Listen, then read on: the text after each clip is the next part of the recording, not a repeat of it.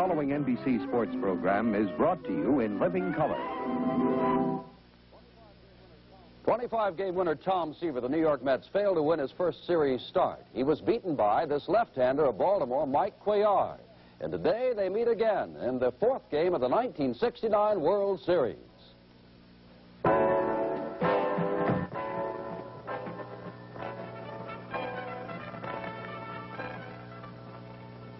Hello from New York. I'm Jim Simpson with Sandy Koufax and Mickey Mantle. And gentlemen, I don't know whether to sit here and smile or just break down and cry.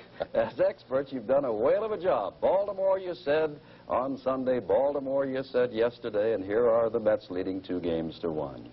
I think they bought us these red jackets to kind of cover up our red faces. I don't think it's doing too good a job myself. Well, I hope the weatherman's a lot righter about these ball games than we've been. I don't think Baltimore could have two worse enemies than us two for picking them. The experts now say, so we got to, let's cover ourselves. The experts now say the Mets will win, but they weren't saying it before. The series, I mean. Well, I'm sort of glad that I picked the Mets for today, yesterday. That way I don't feel like I'm a front runner if I say it today. Well, we could spend a lot of time apologizing, but let's forget it. Let's be the experts again today and talk about yesterday and talk about what's coming up today as we'll return with more World Series Report right after this message.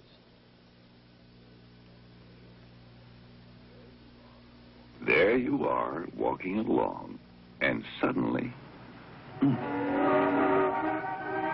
must have been something you ate. You've got a glass stomach, heartburn, acid indigestion. Now, plain antacid tablets will correct the acid, but antacid alone cannot break the bubbles that trap the gas. Here's where Digel comes in. Digel is a unique two-layer tablet. One layer antacid, the other simethicone. Simethicone dissolves and breaks the bubbles and relieves the pressure. Ah, that's better. Digel, the two-way tablet. 2 ways to relief. When you eat too well, take Digel.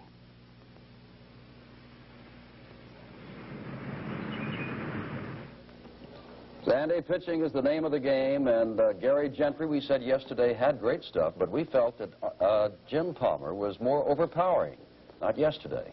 Definitely not. Both Mickey and I think, were a little guilty of looking at Palmer and what he had done against us. Mickey remembers hitting against him and having his troubles. I remember seeing him in a World Series a couple of years ago when he shut us out. I was a pitcher that day, so I had a lot of respect for him. Gentry, I have a lot of respect for. I didn't realize he threw quite that hard. I don't think Baltimore did either. Gary pitched a great ball game. He had a good fastball and curveball, and he had great control. The only thing that happened to him, he got a little tired. He hadn't completed very many ball games all year. I believe he only completed 6 games out of 35 starts. So there was sort of this feeling that he might not finish it, but you've got a fellow like Nolan Ryan in the bullpen, and he does throw as hard as everybody knows. And he came in with the bases loaded in the 7th inning, and with the help of Tommy Agee's great catch, got out of that inning and pitched great baseball until the 9th. In the 9th inning, got into a little bit of trouble on his own. He got the bases loaded. With 2 out, he had Blair at the plate again, and threw Blair 2 great fastballs and had him well set up. And then on the 2-strike count, threw him a curveball. Blair, just looking fastball, just stood there, couldn't even swing at it, took it for strike 3, and the Mets were out on the field, and it didn't even resemble what was possibly called the dead Mets of the first game. They looked great. Well, one more thing about Gentry was his hitting. He got that double on a fastball from Palmer that drove in the 2nd and 3rd runs of the ball game. But Mickey, here in New York, and you played a lot of center field, and I know that when they looked at Tommy Agee, they're thinking Mickey Mantle and Willie Mays and others. But if you talk in New York, if you listen to New York today, you keep hearing the name Tommy Agee. Well, I think so far, as far as I'm concerned, it's been the, especially yesterday, it was the story of the game. I thought it was, most good baseball people will tell you that you have to have a guy in center field that can make those plays, and Tommy Agee has certainly shown me that he can make them. I think those were 2 of the best plays I've ever seen. And the first time up was against Elrod Hendricks, as a left-handed hitter. He's playing him in left center and or right center, and the ball's hit plumb over in left center, and he catches it. And then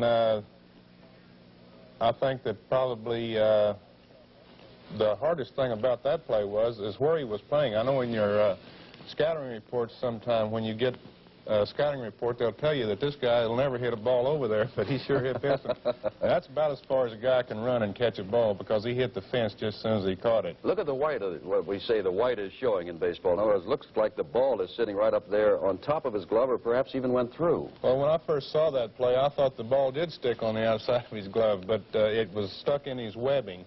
And it looked like it almost came all the way through the webbing. He said after the game that Tommy Seaver usually checks his glove for him. He says, I'm sure when he pitches tomorrow, meaning today, he'll really check it. He said, but the webbing was actually a little loose, and there was a danger of the ball actually falling through.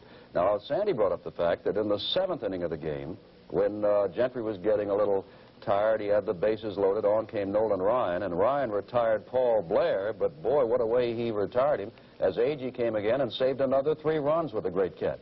He did, and again, that was on a Paul Blair is supposed to be a left-handed pull hitter, and he hits this ball in right center. I think that Tommy kind of misjudged that ball a little bit. It was a great catch when it was the way it turned out and everything, but I thought he could have probably have gotten there a little bit sooner. When you see an outfielder tap his glove like that when he's running, he thinks he has it. Well, you know, it's a funny thing, not to interrupt, but as we'll watch it again in slow motion, and I'll see him tap his glove here a couple of times, Agee said that this was not the best catch of the 2. No, it's a great catch the way it turned out because he had to finally run and dive at it. But I think that he lost a little bit of the wind or the currents out in Shea Stadium kind of took that ball away from him a little bit farther than he thought. Well, he also had the home run. Agee had a great day. The Mets had a great day. They lead 2 games to 1. Tom Seaver, Mike Cuellar. Get those blushes ready, gentlemen. You've got to do some more predicting. We'll be back in just a moment with more World Series Report after this message. This is Gatorade, the greatest thirst quencher ever made. Says who? Says the New York Yankees, the Minnesota Twins, the Cincinnati Reds, the Detroit Tigers, the Chicago White Sox, the Oakland Athletics. Fact is, Gatorade has become the official thirst quencher of baseball. And, oh yes, the Main Street Hawks say it tastes so good it makes you glad you get thirsty. Gatorade, the big thirst quencher. This is how to get shaped up and enjoy it. Even my cigar is shaped up. It's the new Dutch Masters Elite, the fat-free cigar. What a physique, trim and taut, with that mild Dutch Masters taste. New Elite, the fat-free cigar. Oh, what a way to get great shape and enjoy yourself at the same time. Try Elite, a slimline cigar from Dutch Masters. Next. Gentlemen, before we go ahead to the 4th game today at Shea Stadium, let us go back to our first show last Saturday. At that time, Mike Cuellar was going against Tom Seaver. Drag out your expertise from then Saturday. And Mickey Mantle was saying, I think one of the real comers in the American League is Don Buford, and it turned out that way. Think Buford's going to have the same kind of day today against Seaver?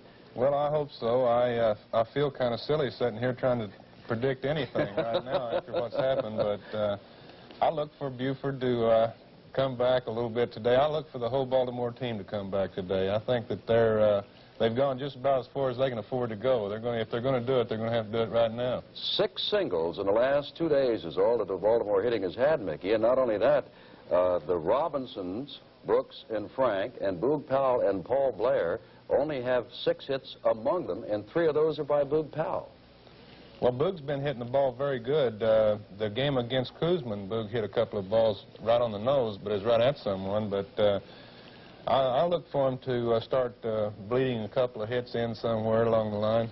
I remember you yesterday, Sandy, let's forget last Saturday, yesterday saying that Tom Seaver is due for a gem of a game, and you were predicting that he would have it today. Jim, I just feel this way. I think the Mets are again getting their other lineup, the right-hand hitting lineup, into the order. I like the club that played better yesterday, but I feel that Tom Seaver, whether he admits it or not, he said it didn't bother him, but being over-rested, having a week between starts, hurts a pitcher. I don't think Tom, being the kind of guy he is, wants to use that as an excuse, but I've got to feel that hurt him. He's too good a pitcher to pitch the 2 ball games he pitched, one in the playoffs and one against Baltimore. And I just feel somebody's going to find out very shortly just how good a pitcher he is, and I think it's going to be today. Well, let's not forget Mike Cuellar, who won that first game, pitched excellent ball. And I don't know if this is a factor or not, but it's cool in New York today, and Cuellar had a warm day Saturday and likes the warmth. Think it'll affect him or not? Well, I think the heat sometimes will bother a pitcher. There are some pitchers that like warmer weather. Cuellar possibly being one of them, I really don't know.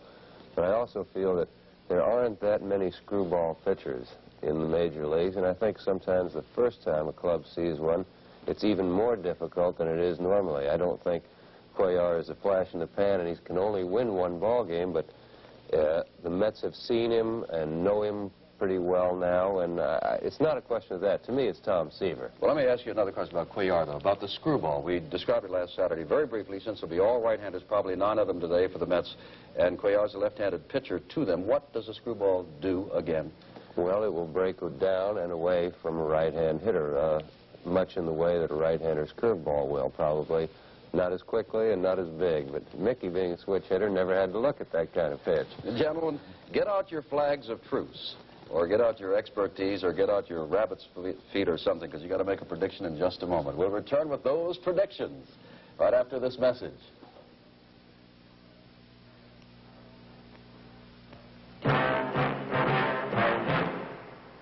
The minute you walked in the joint, I could see you were a man of distinction.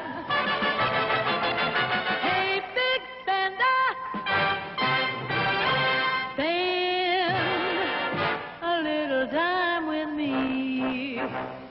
Join the Muriel Mile crowd. Pick one up and smoke it sometime. Hey, Molly, what? And boy, am I ever thirsty. Okay, Mr. Triple Threat, what's it gonna be? Are you kidding, Mom? Gatorade. Gatorade's what the pros drink, and it's sure great when you're thirsty. Jimmy, if you keep this up, I'm gonna need a big refrigerator just for the Gatorade. Fill her up, Mom. Gatorade tastes so good it makes you glad you get thirsty. Gatorade, the big thirst quencher for active people. I'm of the opinion, Sandy, that you're Tom Seaver and the Mets today. First time. Yes, it is the first time. The only thing I'm worried about, yesterday, I think every Met fan in New York came up to me and said, do me a favor, don't pick them. Oh, you know, really? They're so confident of our picks. I think they feel that we've got a jinx on anybody, but I've got to say that Tom Seaver's just too good a pitcher, and I feel like he's going to have a great ball game. All right, Mickey. Baltimore and Buford, or are you going with the Mets? Well, I'm going to stick with Cuellar. He threw 72 screwballs the other day, I think, and they didn't hurt him too bad. So if he can get 72 more of them over today, why, I think the Baltimore's still in there. I wonder if anybody knows we're hedging our bets. We go one each way. We can't be all wrong, can we? Jim Simpson with Mickey Mantle and Sandy Koufax. And stay tuned now for the 4th game of the 1969 World Series.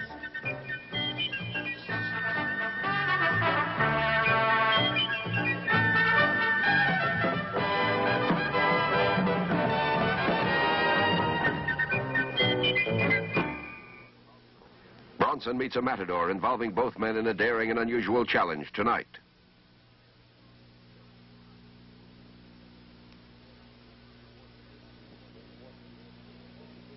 Yeah, well, it's just a good thing that we were off camera. Right. Can you hear me? Yes, sir. Can you, I think it was a great show. You want to come up to the...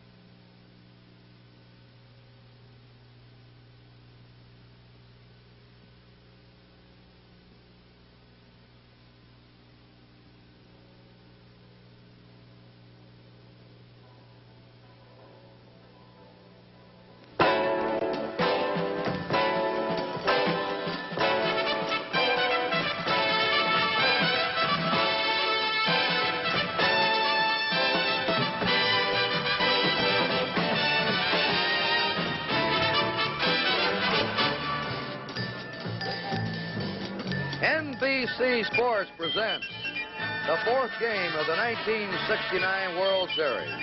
The Baltimore Orioles versus the New York Mets from Shea Stadium in New York City. Brought to you by the Hartford Insurance Group and Hartford agents and brokers everywhere. By Gillette.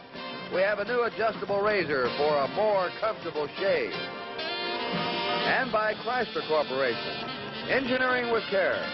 Your host for today, your local Dodge dealer. Once again, off the Flushing subway, from the highways, and nearby LaGuardia Airport, crowds streaming in the Met Stadium. This is the coolest day of the 4 games we've had for the World Series. The temperature in New York right now is 67, but it's a brilliant, sunshiny day, and everybody's set now to see if the Mets are going to take a commanding lead or if the Orioles are going to come back and square the World Series at 2 games apiece. I'm Kurt Gowdy of NBC, Lindsey Nelson, the broadcaster of the New York Mets, and roaming the stands again will be my Game of the Week sidekick, Tony Kubek. Well, so far, the Mets lead on almost unbelievable fielding, but they've been a sound defensive team all year. And it's a question of whether you think the Orioles are in a team batting slump or the Met pitchers have been overpowering. The Orioles now have scored only 1 run in the last 2 games and have been held to just 12 hits in the 3 games. Neither team has exactly torn the cover off the ball. There have been only 30 hits by the 2 teams in the series, and one of them could break out today. The pitchers for the Orioles will be Mike Cuellar, who won the opening game of the series, a 23-game winner during the year. He's coming back with 3 days rest, but this was his regular schedule during the season. He doesn't need 4 days. Going for the Mets will be the winningest pitcher in the major leagues, Tom Seaver, who won 25, but who has been ineffective in his last 2 starts against Atlanta in the National League Championship Series, and in the first game he was a loser against the Baltimore Orioles. Now to set you up further on Game 4 and to take you around his home park here at Shea Stadium, let's swing over to Lindsey Nelson. But first, Lindsey, let's look at those 2 great catches yesterday. Tom Agee playing over in right center. This is off the bat of Ellie Hendricks. Many call this one of the best catches in World Series history. Agee says this was his hardest one. His manager, Gil Hodges, disagrees with him. He thought the second catch with the bases loaded off the bat of Paul Blair was a more difficult catch. And notice how that white of the ball is still showing. Now here's his second one. Agee said he thought he had it all the way, tapped his glove, then the wind suddenly blew it away from him. And he has to dive and skid to hold on to it. Now this town's seen some great center fielding and Joe DiMaggio and Willie Mays, but probably never in a World Series game have there been 2 such catches made by 1 player. And those 2 catches, by the way, saved 5 runs for the New York Mets. And right now, Mr. Lindsey Nelson. Thank you very much, Kurt Gowdy, and hello again, everybody. It's the second time around with Cuellar against Seaver, and this is an indicative game in the World Series because if the Orioles win it, they're all even with the knowledge they'll be going back to their home park in Baltimore. If the Mets win it, they'll be leading 3 games to 1 with the knowledge they have 1 more to play in their home park here at Shea Stadium. It is a bright, beautiful day here at Shea down the left field line to the corner. It's 341 feet, and it is 358 to the transparent fence in front of the bullpen, 371 up the power alley, 396 to left center, 410 to straightaway center field. And then moving on around, it's 396 again, symmetrical, 371 in front of the scoreboard, 358 in front of the transparent fence in front of the Met bullpen, and 341 down to the right field corner. At this moment, the Armed Forces color guard is on the field. And today, the Baltimore Orioles are playing the very same batting order and lineup that they played yesterday, with the exception of Mike Cuellar. And the New York Mets are going back to their right-hand batting order, the one that they used for the 2 games played in Baltimore. So that's the scene here at Shea Stadium. And once again, here's Kurt Gowdy. All right, Lindsey, now we're going to have the starting lineups announced and presented to the crowd and to the national television audience here at Shea Stadium. Good afternoon, ladies and gentlemen. welcome to Shea Stadium for the fourth game of the 1969 World Series. Here are the official lineups. First, the Baltimore Orioles. Here is the manager of the Orioles, number 4, Earl Weaver.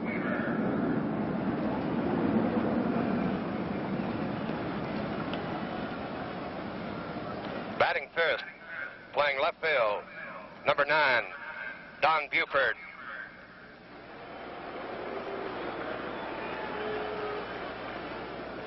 Batting second, playing center field, number 6, Paul Blair.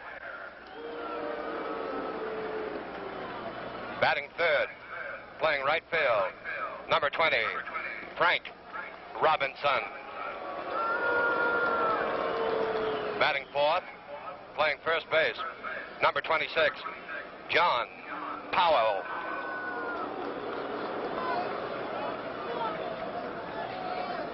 Batting fifth, playing third base, number 5, Brooks Robinson. Batting sixth, catching, number 10, Elrod Hendricks. Batting seventh, playing second base, number 15, Dave Johnson. Batting eighth, playing shortstop, number 7, Mark Belanger. Batting ninth, pitching for the Orioles, warming up adjacent to home plate, number 35, Mike Cuellar. Here are the remaining players and coaches of the Baltimore Orioles.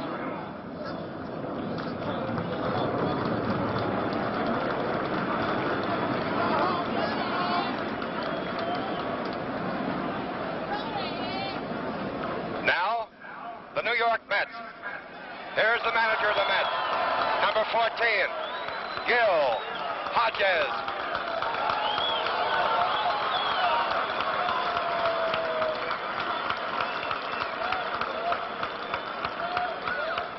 Batting first, playing center field, number 20, Tommy Agee. Batting second, playing shortstop, number 3, Bud Harrelson. Batting third, playing left field, number 21, Cleon Jones. Batting fourth, playing first base, number 22, Don Clendenon. Batting fifth, playing right field, number 4, Ron Swoboda.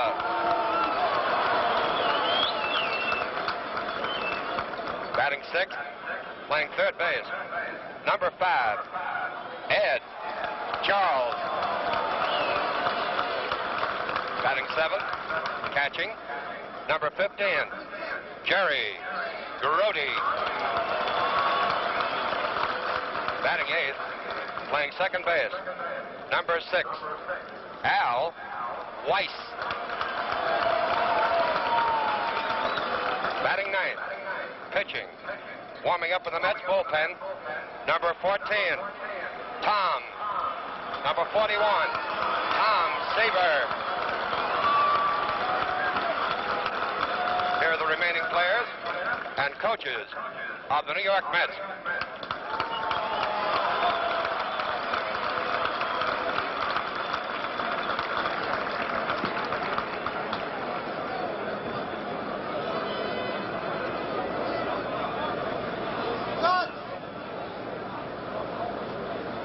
Ladies and gentlemen, boys and girls, we ask you to please rise for our national anthem, which will be sung by the famous TV and recording star, Mr. Gordon MacRae. Thank you. Thank you very much. We don't have an orchestra today, so I have to sing the national anthem, what they call a cappella, which means alone. But the way you sang it yesterday, I won't be alone. I've lowered the key So let's show the country how the Met fans can sing our national anthem.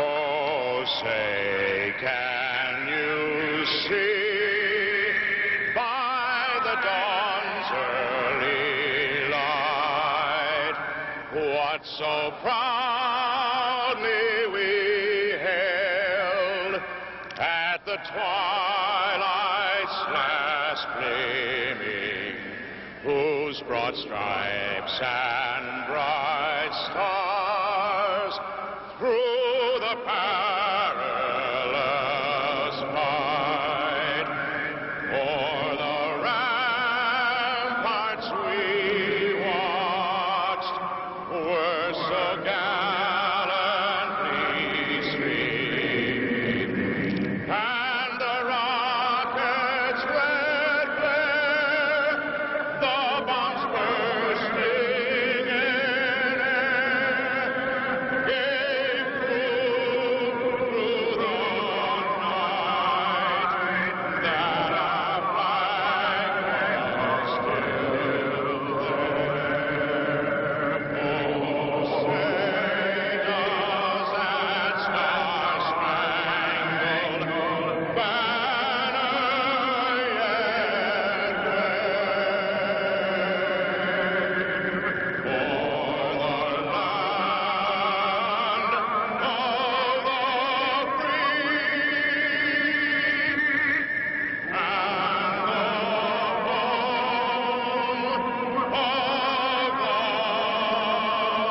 the free and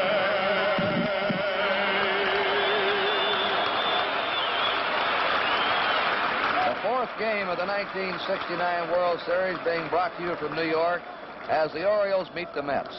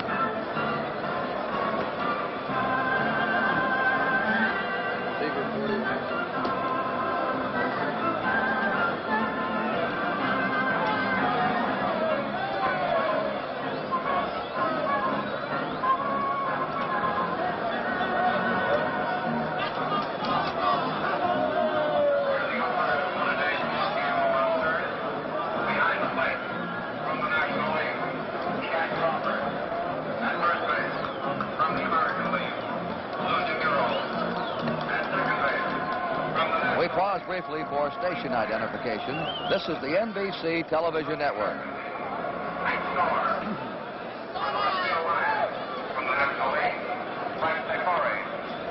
Most of you may have read there's been a moratorium declared here by Mayor Lindsay in New York today. We did not have the band for the national anthem, but we'll read you a statement from the commissioner of baseball. Right now we're going to the commissioner's box. Casey Stengel, who won 7 world championships in 10 years with the Mets, the original Met manager who really established the image of the Mets there in New York. And, of course, one of the most colorful men in the history of the game, has the honor of throwing out the first ball.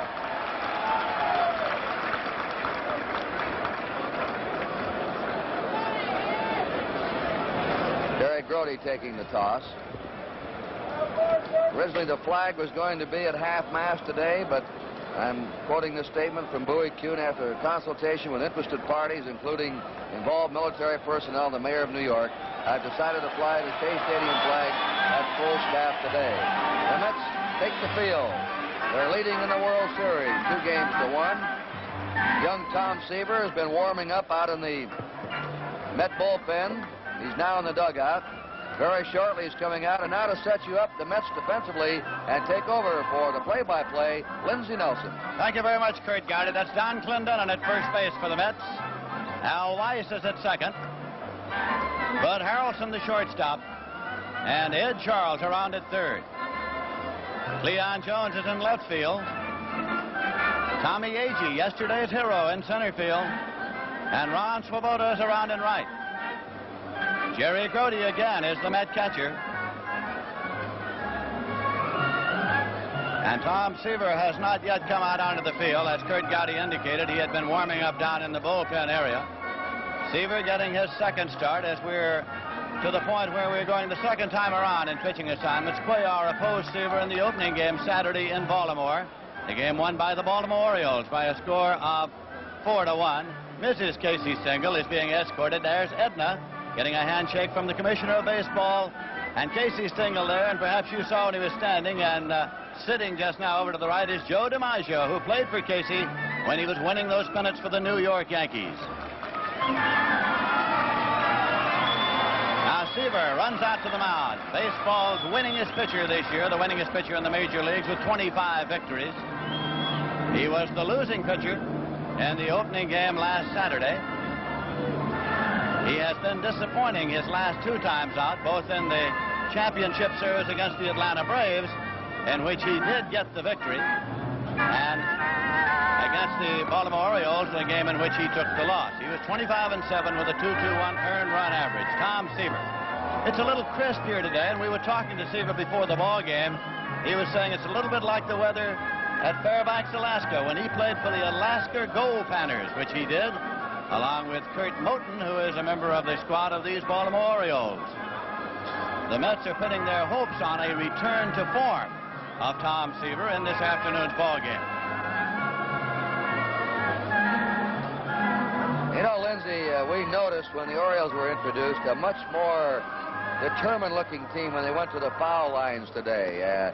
They're grim, and they know now this is it. They've got to get moving here in this series. This is indeed a pivotal game in the World Series. And Don Buford's coming up. Keep in mind that in Baltimore, on the second pitch thrown by Tom Seaver, Buford hit it out for a home run. Don Buford hit .291 during the regular American League season. He is 2 for 11 so far in the World Series. He's had 1 home run and 2 runs batted in.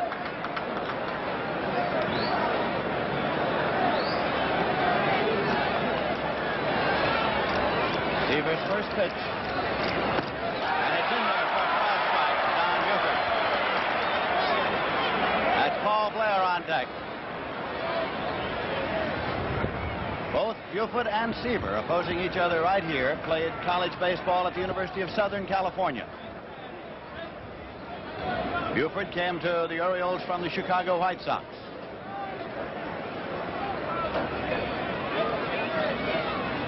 A change-up. Short hopped into Grody. The third baseman is Ed Charles, in on the grass there against the speed of Don Buford. That's in for a call strike. It's 1-2. Seaver facing Buford. Seaver has a fastball, good slider, breaking pitch, and has thrown more change-ups this year than ever before. And he's been followed by the remainder of the Met staff in that regard. Breaking pitch, and it's a little low. It's 2-2. Return throw gets away. The umpire behind the plate is Shag Crawford of the National League, calling balls and strikes, and you will note that he works extremely close to the catcher. He's having a word there with Grody at the moment. Not as close as he once did, but still very close.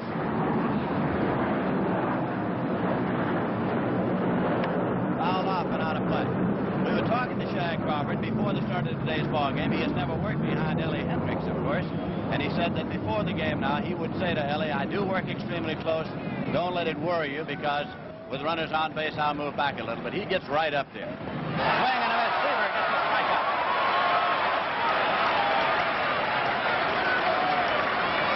Batting in the second position. And that brings up Paul Blair. Number 6. The umpire, Shag Crawford, behind the plate. He's from the National League.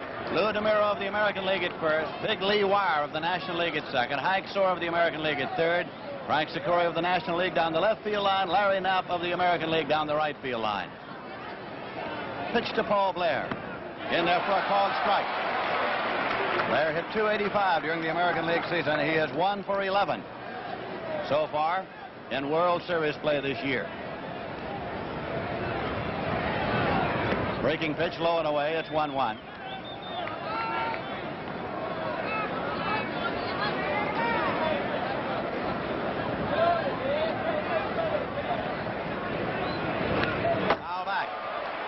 fastball, and it's 1-2 now. Gil Hodges felt hopefully that Seaver would be sharp today as he was during the regular season because of the fact that he's pitching in his regular turn now. After having pitched last Saturday, this would be his regular turn. After the Mets clinched the championship in the Eastern Division, he did not work in regular turn, and there's some feeling that that might have affected his work. Low, it's 2-2. Seaver is 24 years of age.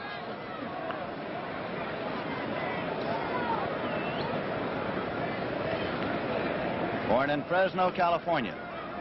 Gil Hodges wearing the jacket here at Shea today.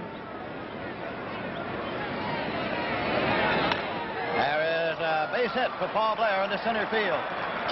Agee up with it, returns it. Blair turns and holds with a single to center, the first base hit of the ball game. Next in with Coach George Stoller at first base. Fielder, number 20, Frank. And now Frank Robinson. Batted .308 during the American League season. Robinson is 1 for 9 during this World Series.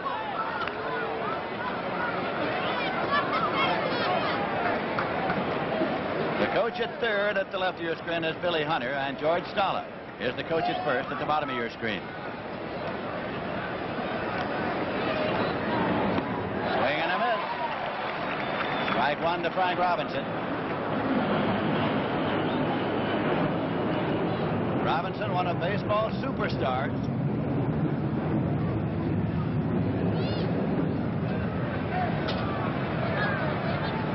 Blair's back safely.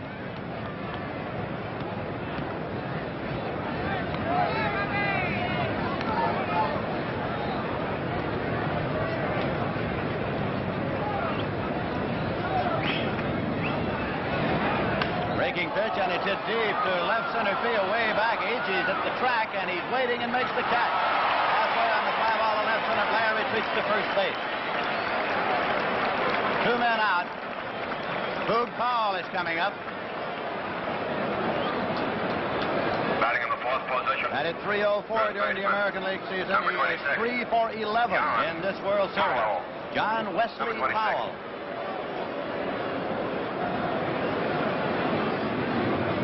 Fans might wonder about the black under the eyes, the slant black put in there to knock the glare of the sun. And we have a light sky today, no clouds, and a very bright sun.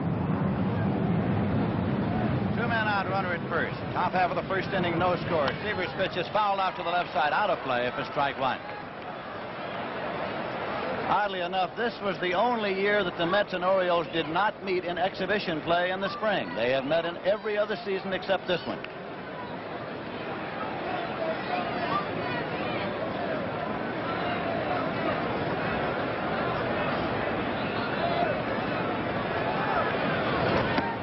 Moved him back inside with the fastball. It's 1-1.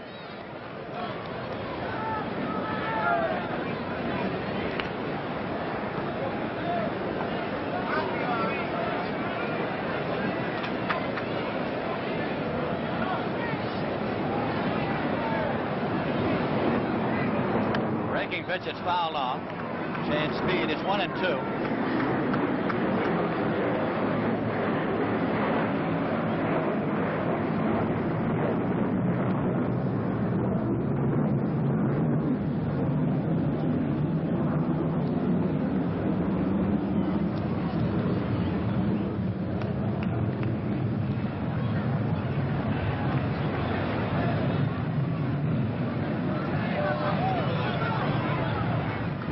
Back safely, Paul Blair, 2 men out.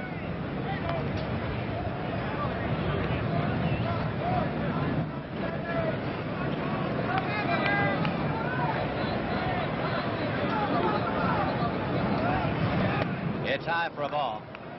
Yesterday, we didn't hear much of the air traffic in and out of LaGuardia because of the direction of the wind. However, today, they are using the runway nearest to this ballpark, so you're likely to hear the noise of jet planes throughout the afternoon. This will be a 2-2 pitch to Powell. And it's in there for a call, strike three. Struck him out. 2 strikeouts for Seaver in the inning. The side is retired with no runs, a hit, no errors, and 1 left. In the middle of the first inning, the score is Baltimore 0, and the Mets coming to bat.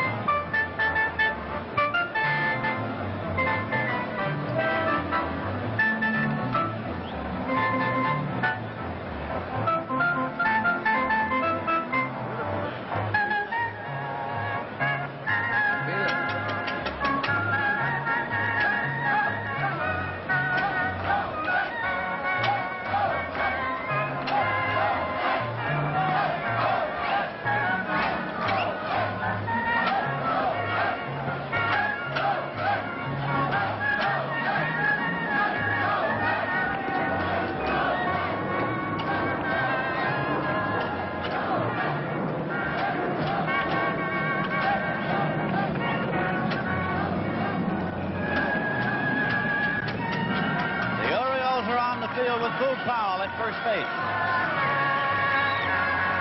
Dave Robinson is at second. Mark Belanger is the shortstop. And Brooks Robinson is at third.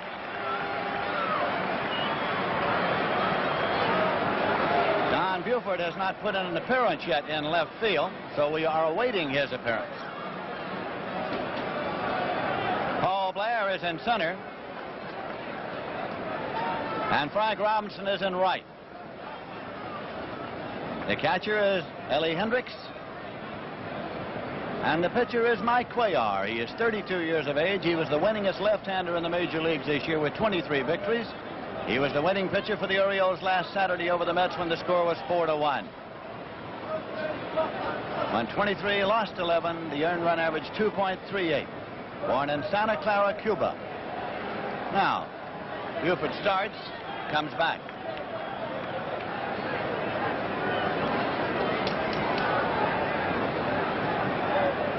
Earl Weaver, the manager, moving down to the end of the dugout to see what is the problem with his left fielder.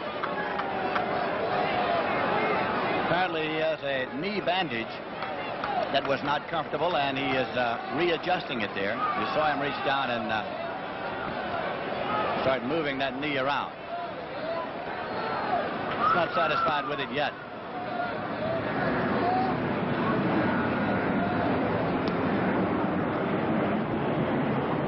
So the trainer will do a little work on it now. The umpire there is Shag Crawford.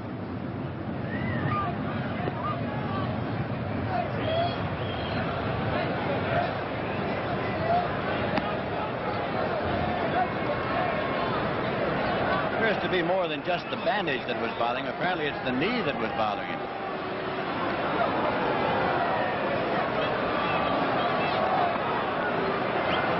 Don Buford.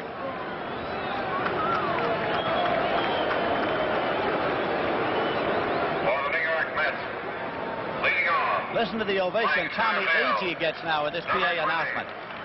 Tommy Agee.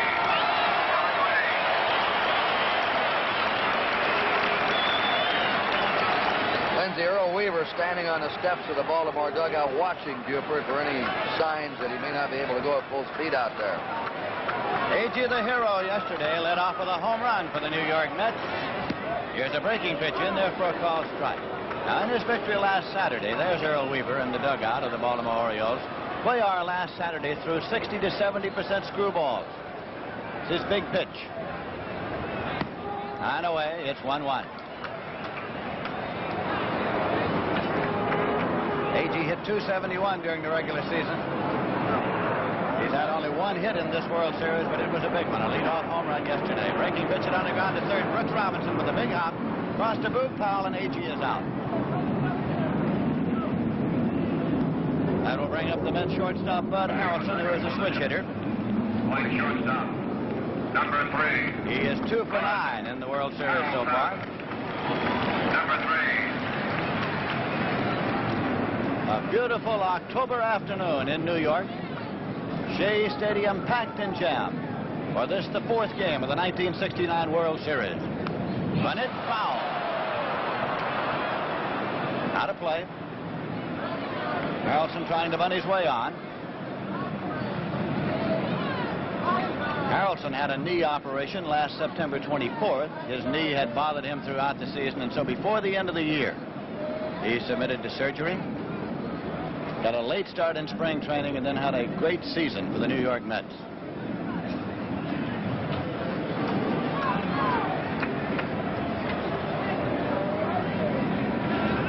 Outside, 1-1.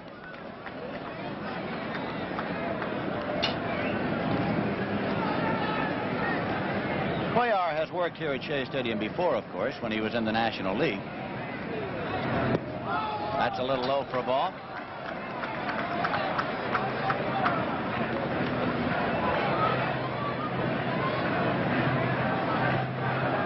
He worked here last on August 18th, 1968, and lost 8-1. This is a foul ball. It's back and out of play.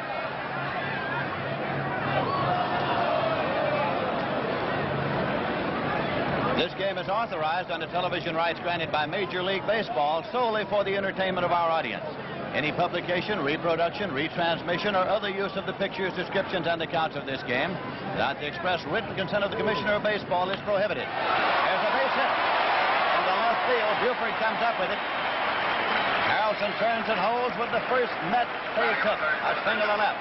He checks in with Yogi Berra. Number 21, Leon Jones is the batter. Jones batted .340 during the National League season. He led the National League at that for much of the year. In this World Series, he's had one hit. He is 1 for 12. Now the Met fans start a chant of "Let's go Mets."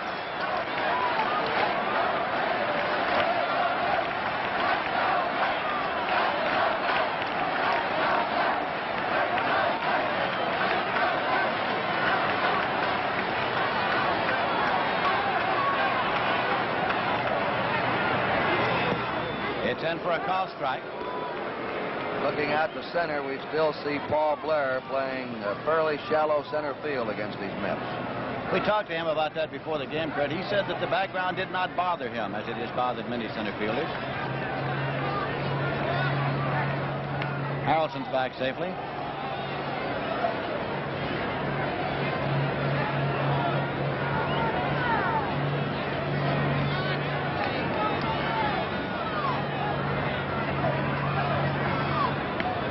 Back again. 1968, Cuellar's record against the Mets was no wins and 2 losses. One of those was a 1-0 loss to Tom Seaver.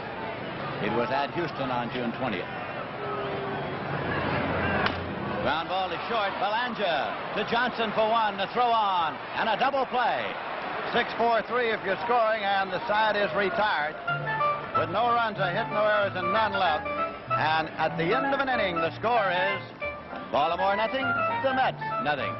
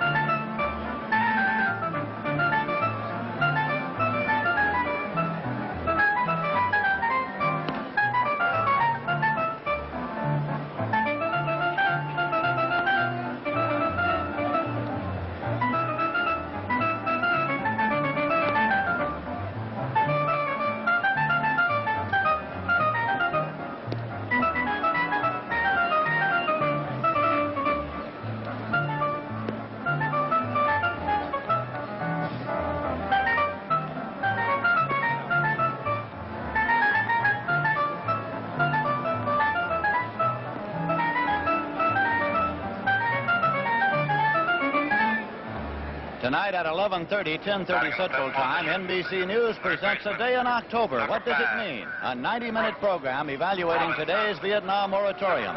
Frank McGee, John Chancellor, and Ed Newman will join other NBC correspondents and spokesmen from the conflicting viewpoints. Tonight at 11:30, 10:30 Central Time, here on NBC. Brooks Robinson up to lead off for the Orioles in the second. Tom Seaver's pitch in there for a called strike. Robinson hit .234 during the regular American League season. He's 1 for 12 in this World Series. He has batted in 1 run. Outside for a ball. 1-1. This franchise was moved from St. Louis to Baltimore in 1954. That's Ellie Hendricks on deck. Swinging a foul ball back and out of play. In St. Louis, this Oriole franchise was known as the St. Louis Browns. And in many respects, they were the Mets of their day, the early day Mets. So we have, in effect, the one-time St. Louis Browns playing the New York Mets for the championship of the world. Shortstop, 1 hop, taken by Harrelson across to Don Clendenon. Brooks Robinson's out. 1 away, and it'll bring up Ellie Hendricks. Batting in the 6th position, catcher, number 10. Hendricks played 9 years of minor league baseball, including 3 years in Mexico. They like to have him catch Cuellar because of the fact that both speak Spanish. They think that gives them a little closer affinity.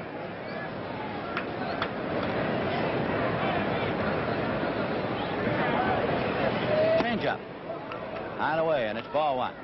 One of the reasons for Agee's first great catch was this fella, Hendricks. The Mets are playing him to right, and that's the book on him, and they had to go way into left center to get the ball. Swing and a miss. 1-1. Hendricks said before the ball game he doesn't recall ever hitting a ball any harder to that field than he did yesterday. The book on him says he's a line drive hitter that may hit it over the right field fence for you. Fouled out. 1-2.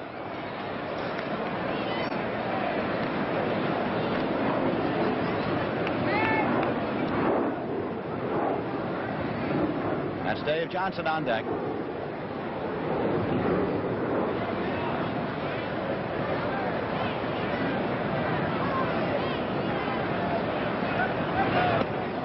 Inside low. 2-2.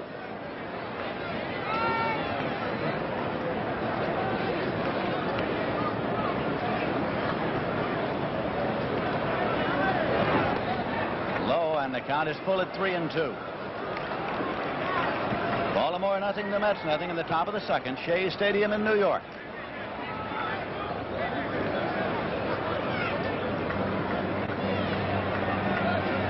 Here's a payoff pitch. And he walked him.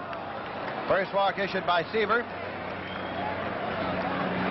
The Orioles, their second base runner. Second baseman, number 15. Dave Johnson coming up. Dave Johnson, number 15. Johnson hit .280 during the American League season. He has gone 0 for 8 so far in this World Series.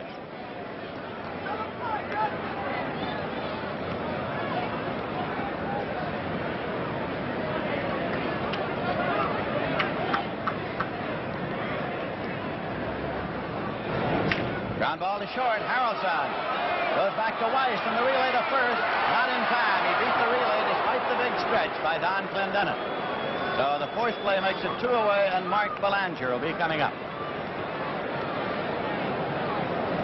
He tried to pull that ball. It was an outside pitch. Batting in the 8th position. Big hop. Harrelson gets rid of it quickly. Number 7. Johnson went down the line, got a good break from home plate. Number 7. And going in there hard, of course, with Hendricks to help bother the throw.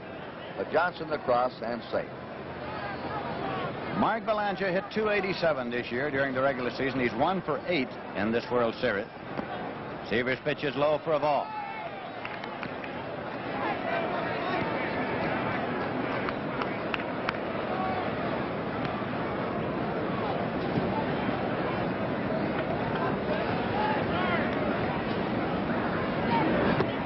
That's in for a called strike.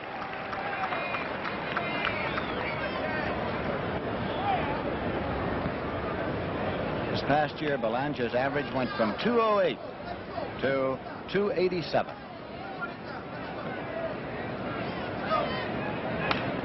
Down the right field line, Swoboda racing after it and gets in foul territory. It's out of play. If we watch Belanger, this is Davy Johnson going back to first, who's all around the third.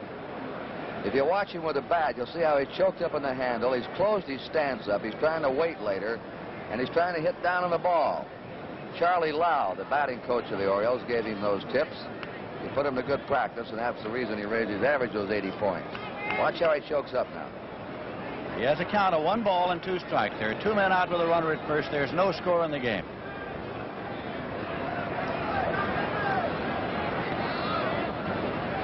Runner goes, and the pitch is high. Grody's throw to Harrelson, and he's out.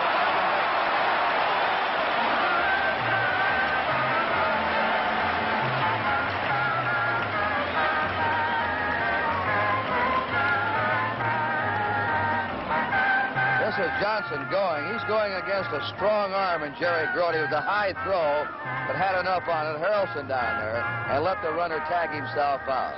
No runs, no hits, no errors, and none left. And in the middle of the second inning, it's Baltimore nothing and the Mets nothing.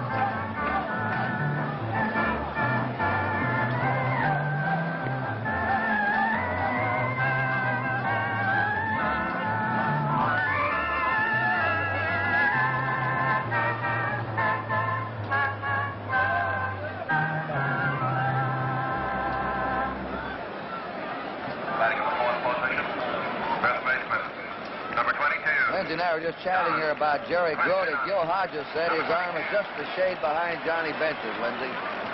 The coaches now, Eddie Yost at third for the Mets, and Yogi Berra on the lines at first. And Don Clendenin is up to lead off, facing screwballer Mike Cuellar. Swinging a foul ball off and out of play. Clendenin was the only Met to get 2 hits off Cuellar in the first game. He had a double and a single and struck out twice and 4 times at bat.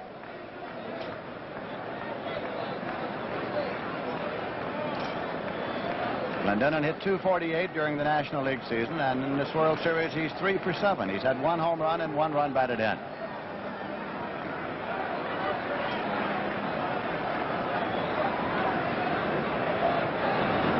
That's in for a called strike. 0-2 now to Clendenin.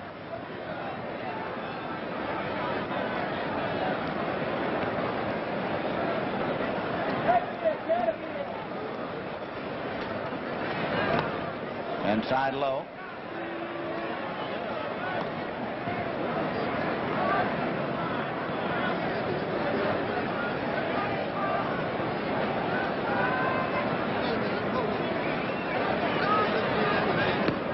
Missed low and away, so it's 2-2.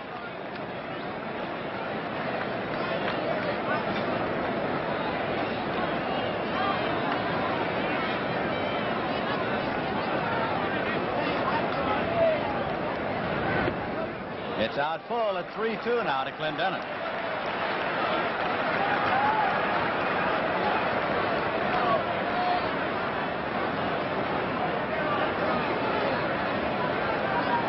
This will be a payoff pitch from Cuellar to Clendenin. He's out of here for a home run for Don Clendenin.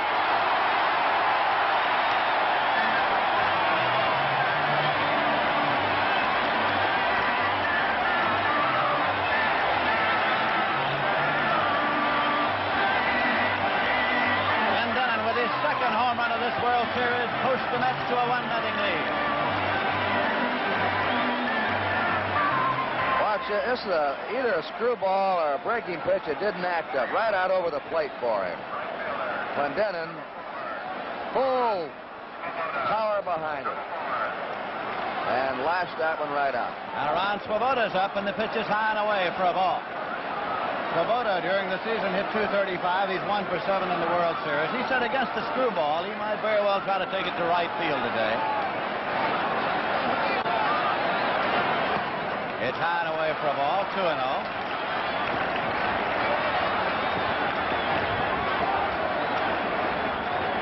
Cuellar changed his speed with that screwball.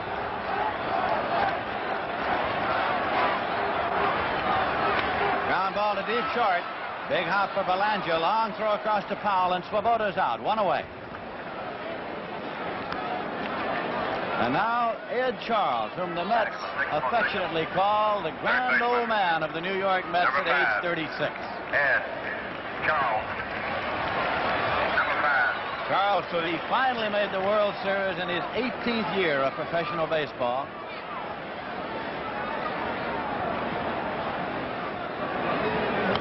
Foul back and out of play. The 4th game of the World Series is being brought to you in living color on NBC. And for those of you who can't take a 3-hour lunch and watch the game, you can listen to the game back in the office on NBC Radio with Jim Simpson and Bill O'Donnell. 1-1. Jerry Grote is on deck.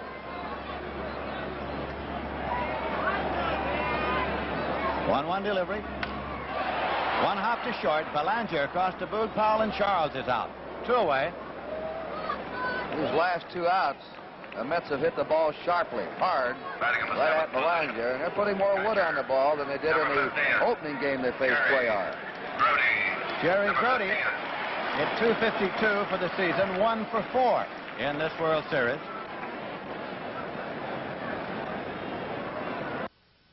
For 4 in this World Series.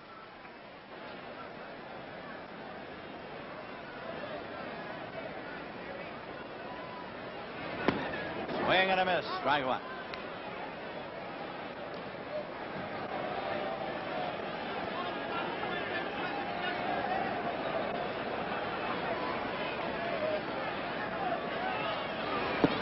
low for a ball. It's 1-1 to Jerry Grody.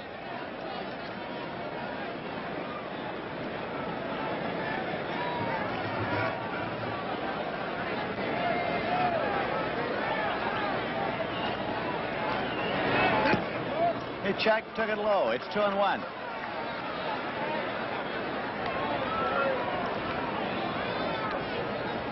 Cuellar came up to Cincinnati in 1959 in the National League, went over to the Cardinals in '64. He was traded with Ron Taylor to Houston on June 15, 1965. Swing and a miss. 2-2. And last December, Baltimore made a deal with Houston.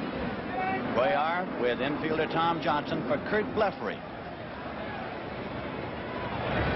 Fouled off and out of play.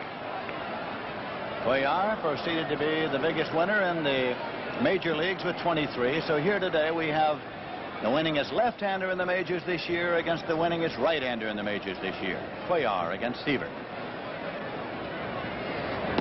In there for a call, strike 3. Caught him looking. First strikeout for Cuellar. The Mets are out in the second. 1 run on 1 hit, no errors, and none left at the end of 2 full innings of play. The score is the Mets 1 and Baltimore nothing.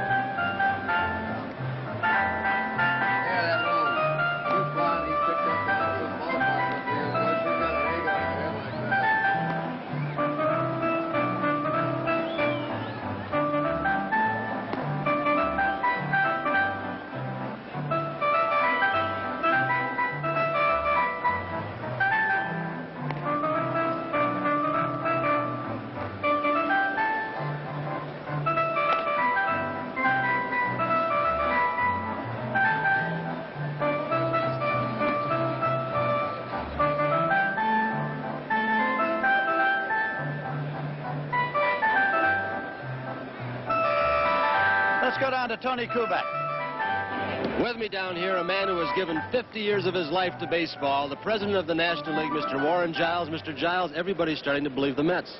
Oh, I believe in them. I tell you, they have what they call going for them, something, a togetherness or something, cohesion. Whatever it is, it's great. It's just wonderful for baseball that a New York team, the Cinderella team, really can do this thing and get into this World's Classic. Sam, I'm kind of proud of this cap. I'm going to put that on, that NBC cap there. Our people are going to be proud of you, too. Good deal. Thank you, Mr. Giles. We appreciate you being here. It's wonderful being here. Thank you. Let's go on upstairs. Mark Belanger takes a pitch high and tight for ball 1. He was at the plate when Johnson was thrown out at second in the second inning. So it's Belanger's first time up. Tom Seaver with the pitch. Changes speed, gets it in there for a call strike. Breaking pitch, it's 1-1.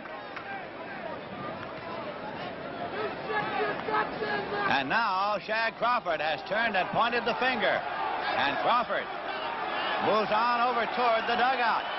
And that's Earl Weaver, the manager of the Baltimore Orioles, coming out now. Shag Crawford calling balls and strikes here today. And Weaver's just behind him as he moves back, and he's out of the ball game. Earl Weaver has been thrown out of this World Series. Their gesture is repeated.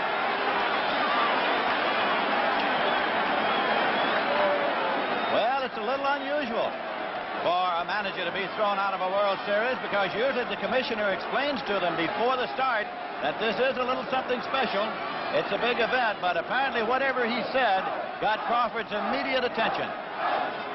During the season, they're not supposed to protest on balls and strikes. But they say, unless something really unusual happens, leave the ball players in there, the managers. This is the event. It looks like Weaver's out a few times. In fact, they'll be scurrying to, well, let's see, what's he going to do?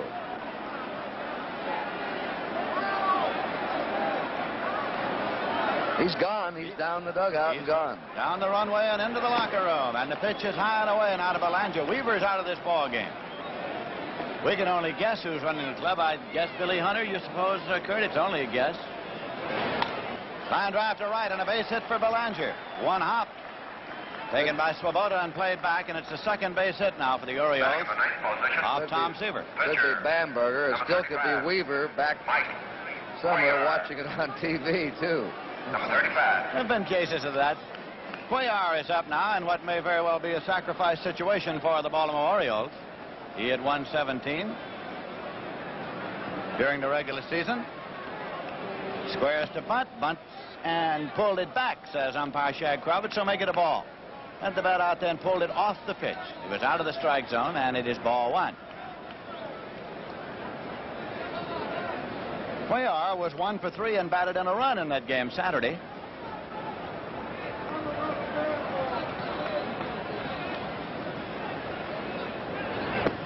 It is low, 2-0.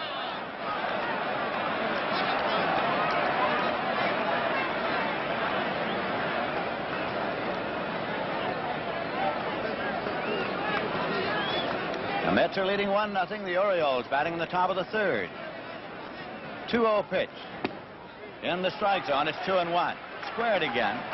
Sacrifice has apparently been on all 3 pitches.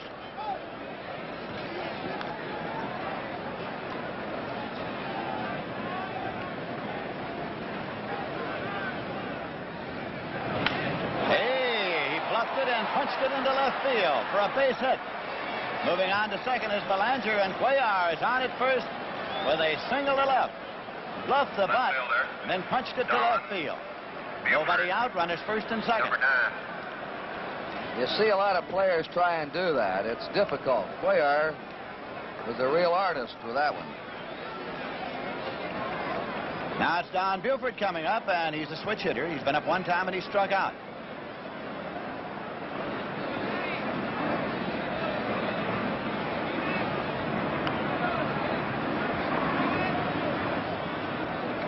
The Mets protecting against the sacrifice possibility here, with Clendenin in on the grass at first and Charles on the edge of the grass at third. Seaver will cover on the third base side, and it's in for a strike as he was squaring to bunt and took the pitch in the strike zone. Mets here will have Clendenin covering on the first base side, Seaver on the third base side, Charles hanging around the bag to take a possible throw for a possible force. Breaking pitch inside low, blocked by Grody. He was around to bunt again. Belanger at second, and Cuellar at first. Lindsay, you've seen Seaver since he came up with the Mets. He's a very good fielding pitcher, isn't he? Excellent fielding pitcher. He's agile. He's a good all-round athlete.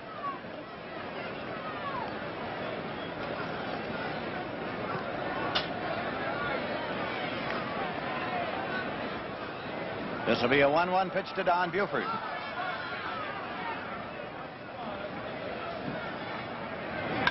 Hammered on the ground to Clendenin. What a play. The force at second and no throwback. Moving on to third is Belanger as they get the middleman Cuellar. That ball came within a millimeter of being bounced over the head of Clendenin at first base. He was way in on the edge of the grass. So now runners at first and third, one man out, and Paul Blair coming up. Center fielder, Paul. That 6'4" frame didn't hurt the Mets there at first base. Didn't hurt at all. And Paul Blair is up now. He had the first base hit of this ball game in the first inning off Tom Seaver. Mets keep Harrelson and Weiss at double play depth. The Mets are leading 1-0. The Orioles threatening here in the top half of the third inning. Seaver off the stretch. Breaking pitch low and away into the dirt again. Buford is at first. Belanger is the runner at third.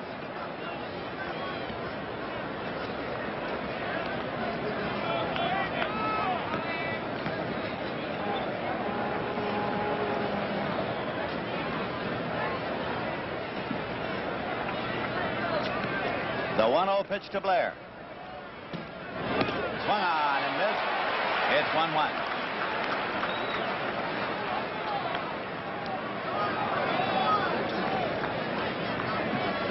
Belanger at third and Buford at first with one away.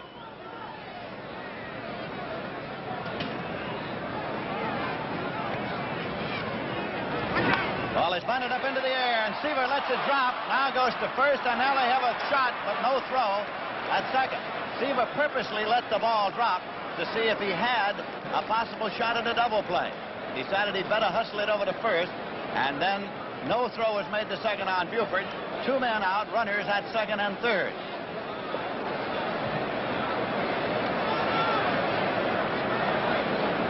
That's the same play that Paul Blair pulled in the 12th inning against the Minnesota Twins with a bunt down the third baseline.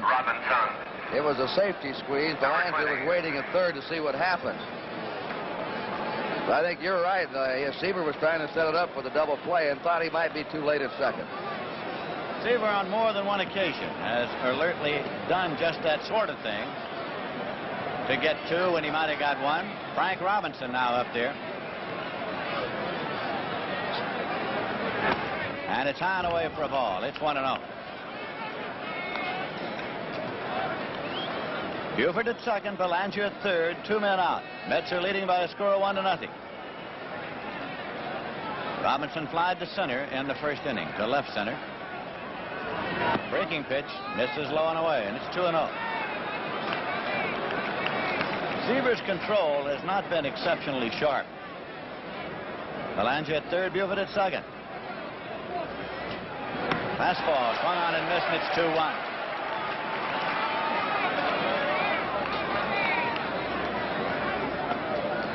Of course, he realizes that all he has to do is make a slight mistake to Frank Robinson up there right now, and it's 2 runs, and the Orioles are out in front. 2-1 delivery. And it's popped up foul to the right side and playable to Don Clendenin. Side is out. It is no run. 2 hits, no errors, and 2 left. And in the middle of the third inning, the score is the Mets 1 and the Orioles nothing. Hey, Lou. Over here in the press box, they're all saying that they don't think Weaver's been officially thrown out. I'm sure he's out. Why don't you scan it, Lindsay, and I'll talk about it on the air, because they can't ever remember a manager being ejected from a World Series game.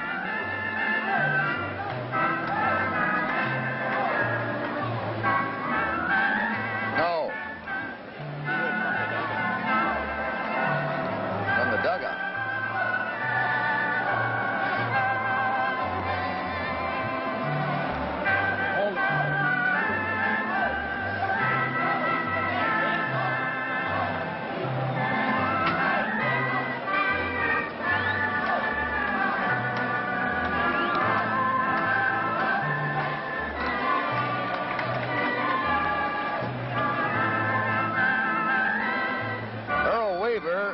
Was given the heave-ho sign, it looked like, from umpire Shag Crawford.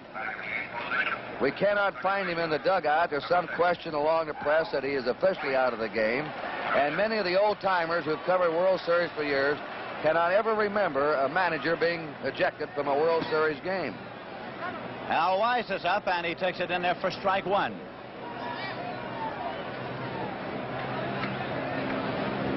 This is Weiss's first time up. And it's low for a ball. It's 1-1. Well, I'm sure that Harold Weissman, the Mets Director of Public Relations, will be able to get in touch downstairs, and we'll get definite information. Here's a swing and a miss. It's 1-2 on Weaver's status.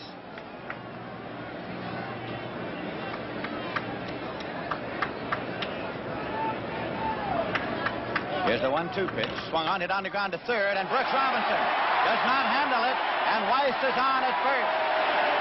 The Oriole third baseman. Brooks Robinson moved to his left and retreated, and he was off his glove and chest. Batting in the ninth position, pitcher, number 41, Tom Seaver, number 41. That'll bring up Tom Seaver in a sacrifice circumstance here. We'll wait for a scorer's decision. The scorers are Dick Young of the New York Daily News, Joe D'Urso of the New York Times, and Lou Hatter of the Baltimore Sun. Orioles protect against the sacrifice likelihood as Seaver bunts foul for strike 1.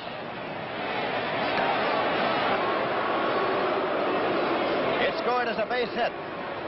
It is a base hit for Al Weiss.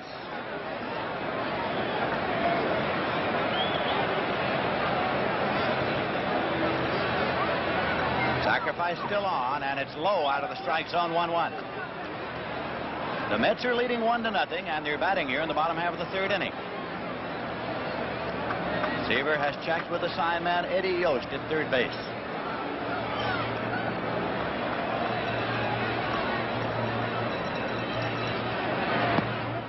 Low for a ball. It's 2-1.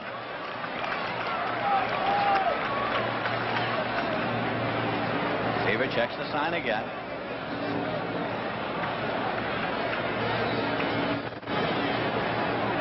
Weiss takes the lead at first, and there's nobody out. 2-1 pitch. Bunted on and missed. No throw. Nobody at the bag, and it's 2-2. Ellie Hendricks had the arm cocked. There's Yost running through the signs for him. Yost never played a day of minor league baseball. He has a master's degree from New York University. It's said that the Met coach at first, Yogi Berra, has a doctor's degree from Casey Stengel. It is bunted foul, and it's 2-2. Check it. It's the third strike bunted, and he's a strikeout victim. It was the third strike bunted foul, and he is a strikeout victim. The second for Cuellar. And that'll ring up Tommy Agee, who has been up one time, and he grounded out third to first. Runner at first now, one away. Bottom half of the third inning.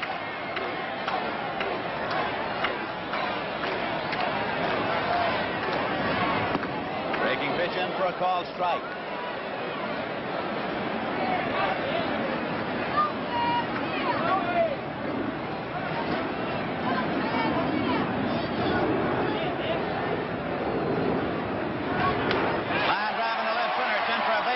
Buford comes over, gets the one hop, wheels it to third, and Weiss holds it second. So Agee's on it first. He ripped that one into left field. Watch him go after this low pitch now. Cocks that leg a little. Golfing the low pitch.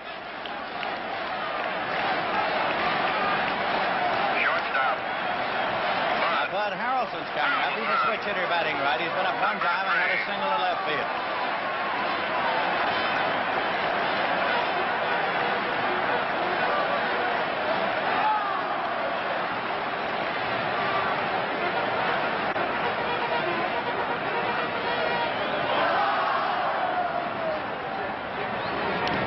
Fouled it off, and it is strike one.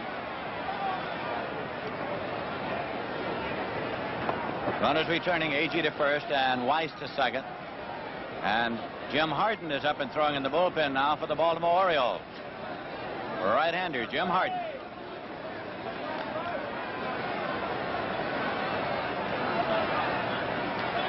The count is strike one to Harrelson. There's one man out. Missed outside. It's 1-1. Screwball.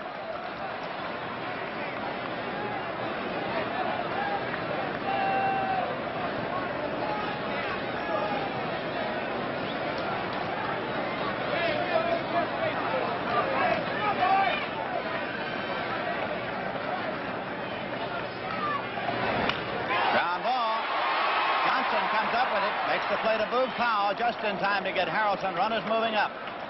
Powell was pulled off the bag and trying to field that ball, and he just found his way back there. So now it'll be Cleon Jones coming up with runners at second and third and two men out.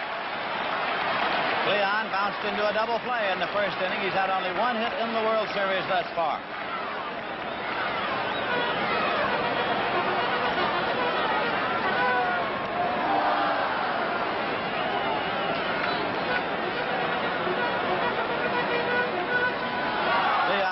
Was the National League's all-star left fielder this year.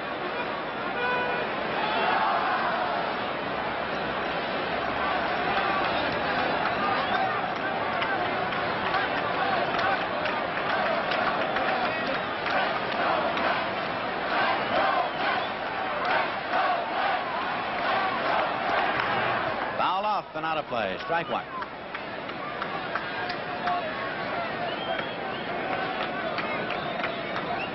Al Weiss at third. Tommy Agee at second with 2 away. Mike Cuellar.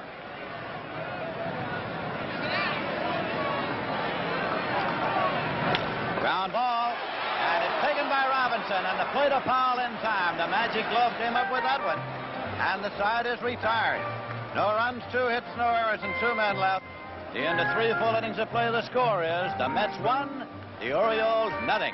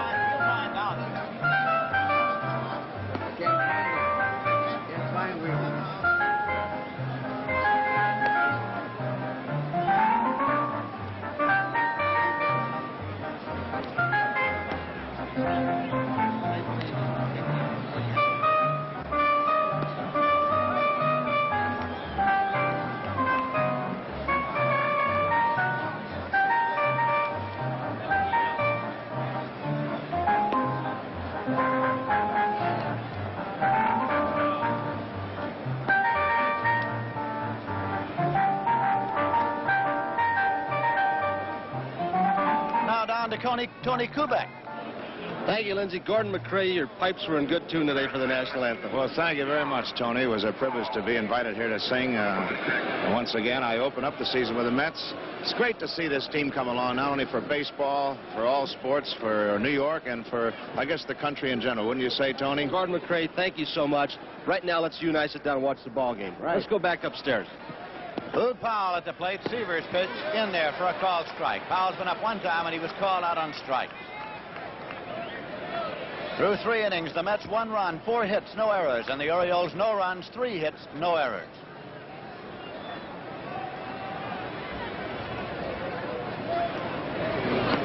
Fastball in tight. It's 1-1.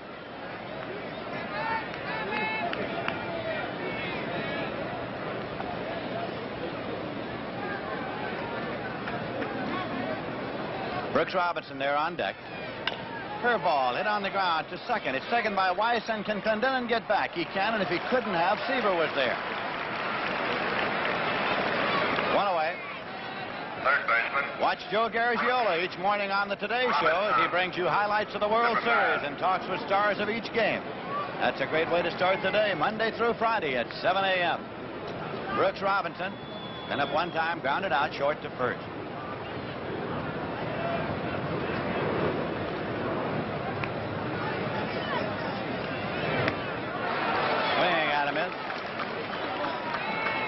Start him off with a slider.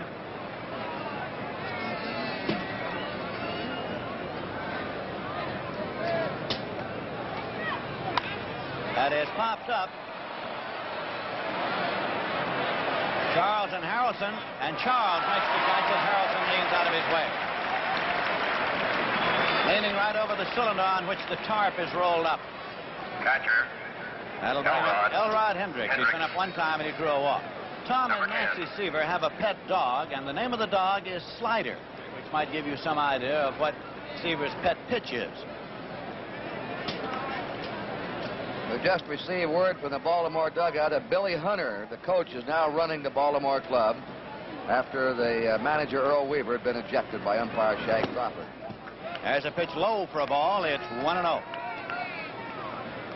And, Lindsay, they went up and down the press row to many of the veteran riders, and none of them can ever recall a manager being thrown out of a series game. Foul back and out of play. It's 1-1. Plus, we remember the 34 series, the Cardinals and the Tigers, when the Commissioner Landis had to remove Joe Medwick from the field when the Tiger fans showered the field with fruit when he went out to take his position in the outfield. There's a 1-1 pitch, changeup. And he did not get it in the strike zone. It's 2-1.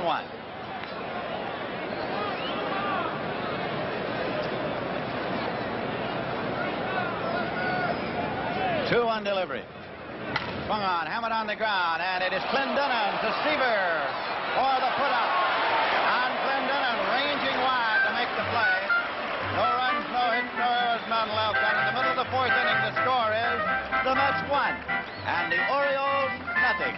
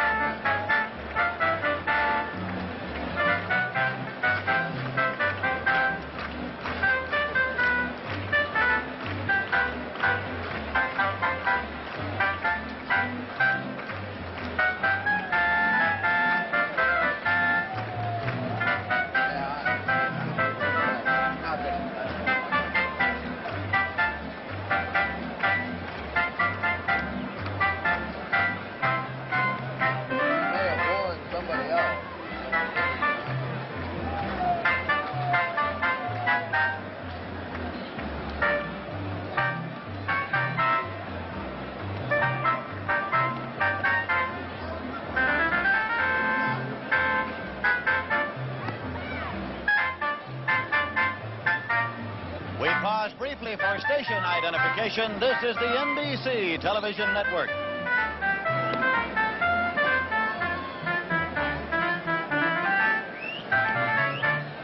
This is Lindsey Nelson with Kurt Gowdy and Tony Kubek at Shea Stadium in New York, and another sellout crowd packed and jammed here.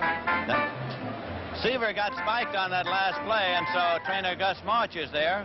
The ethyl chloride and a little more medication. That's manager Gil Hodges looking on.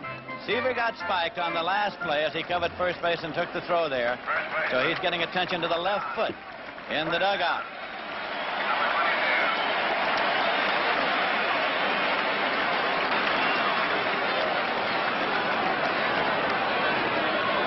It's Clendenon up now. He had a home run earlier that provided the only run in this ball game. Swings and misses. During the season, only 4 of Clendenon's 12 home runs for the Mets were hit here at Shea Stadium.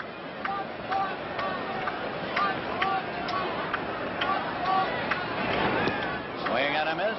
2-strike count. Like Clendenon set a pattern for the Mets after their opening loss to the Orioles. He said they didn't overpower us. He said, I'm not in awe of them. I'm more convinced than ever now we're going to win the series. That was his statement. Cuellar's pitch low and away, and it's 1-2.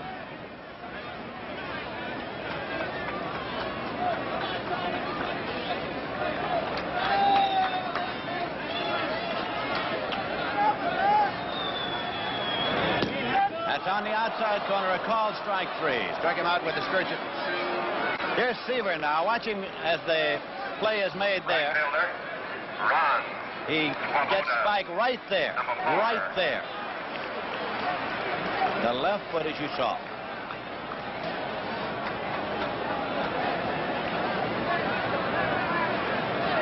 Ron Swoboda's been up one time, and he grounded out short to first. We're in the bottom half of the 4th inning. A swing and a miss, strike 1.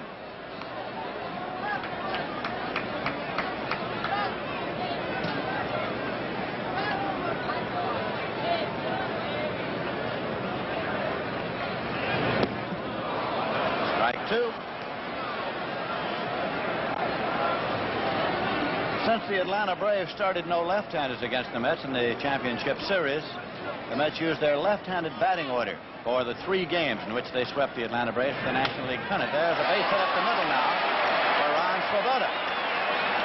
Punched it on the ground. Blair returns it, and Swoboda is on. Third baseman. That is hit number 5 for the Mets off Cuellar, and brings up Ed Charles. Number 5. At one time, grounded out short to first.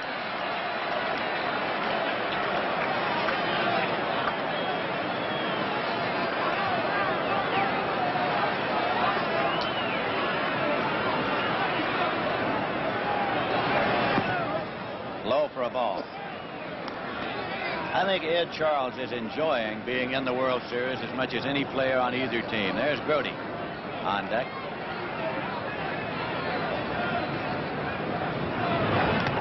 And he is hit by the pitch ball. Charles hit by the pitch ball.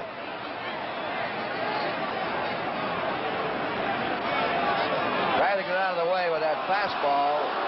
Rolled right out into him. And Charles now looks like he was hit on the finger. Gus Moss, the Met trainer, Gil Hodges with his back to you, the manager. Suddenly, the Mets have come up with a couple of injuries. Their pitcher Seaver's been spiked. Now their third baseman, Ben Hughlin.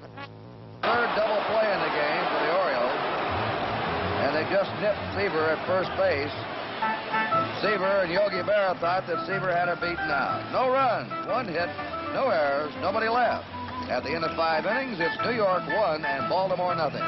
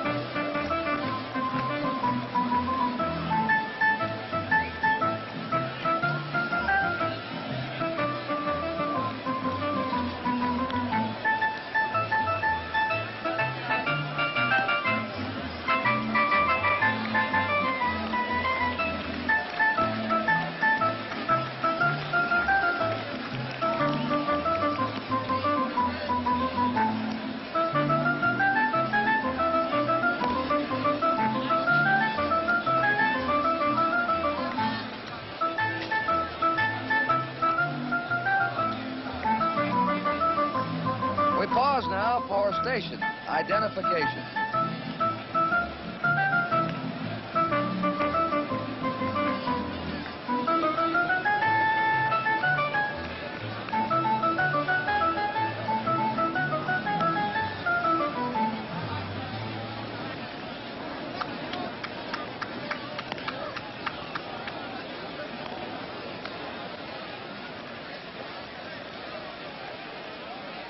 Left fielder, Don Buford. Number 9.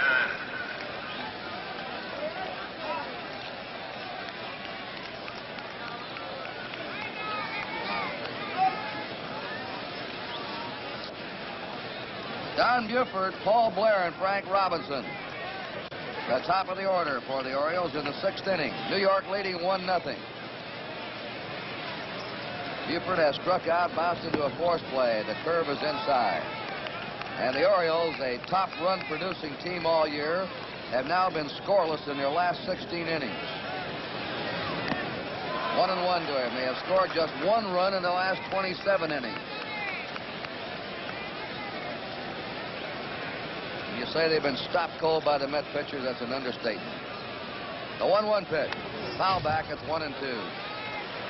Official paid today, $57,367. Seaver struggled a bit in the second, in the third, but now he's retired 9 in a row. He seems to be getting a little stronger and sharper as the game progresses. 1 ball, 2 strikes.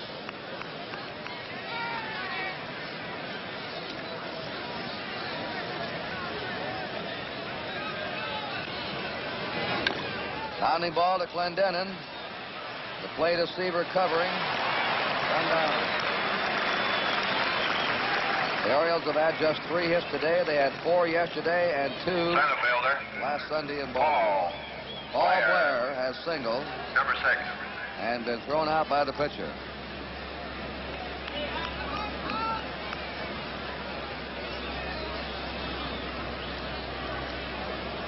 For those that have joined us late, it's about 67, 68 degrees here. This has been the coolest game of the World Series so far. There's Frank Robinson on deck. But a brilliant sunshiny afternoon, and right now, no breeze. 1 out, nobody on. 1-0. Seaver mixing up his pitches. Fastball, slider, curve, change-up now and then.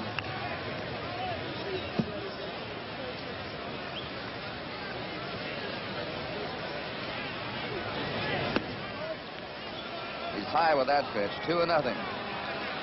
And also, for those that joined us late, Earl Weaver, the manager of the Orioles, has been kicked out of this game in the 3rd inning, the top of the 3rd. All 3-0. Billy Hunter, the third base coach, is running the team. There he is, the acting manager. 3-0 to Paul Blair.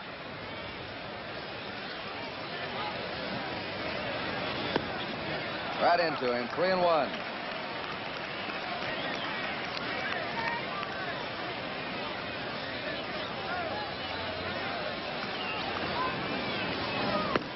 Ball 4.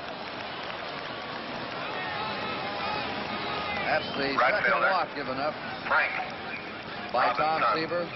Frank Robinson's fly to center, fouled out. Frank now's had 1 hit out of 11.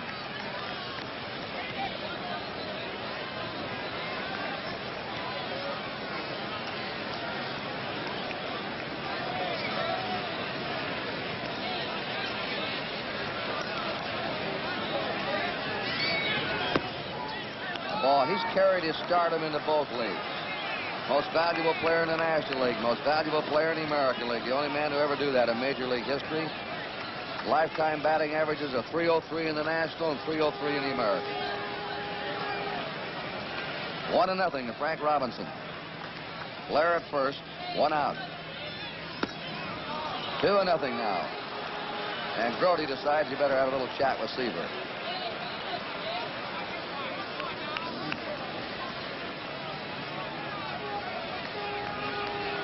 Boog Powell on deck.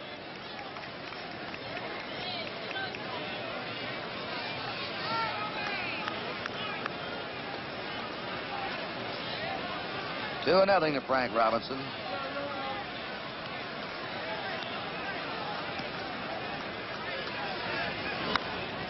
Ripped away, 2-1.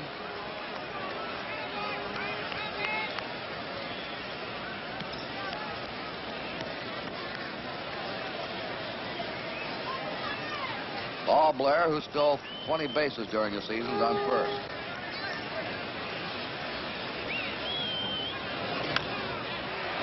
That foul is twisting toward the seats, going to be out of play.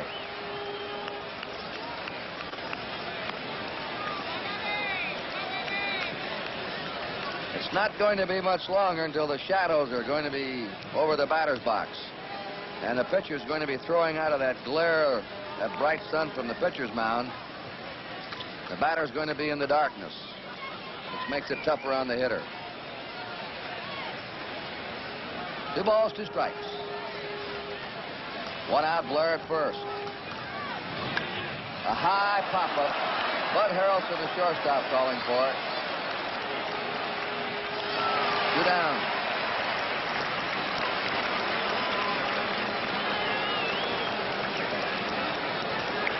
John Powell has taken a call for a strike and grounded out. He's had 3 out of 13. They've all been singles. His singles have been in the hole to right field. In fact, the Orioles, Lindsay, have had only 2 extra base hits in this series, both by the same man, a home run and a double by Don Buford in the opening game. In the dugout before the game, some writers were saying to manager Earl Weaver, what do you think has stopped the power of the Orioles? He said, those fellas out there on the mound. Blair at first, 2 down. Mets leading 1-0, top of the 6th inning. 1-0 to Powell. Seaver's been working outside to him today.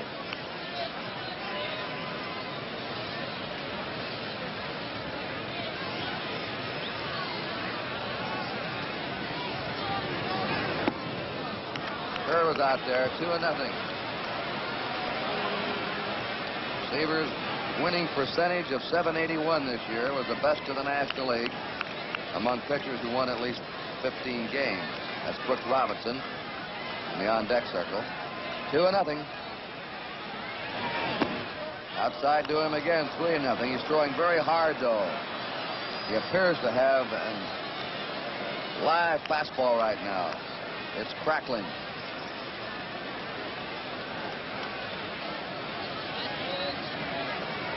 He's trying to keep Powell from pulling the ball to right.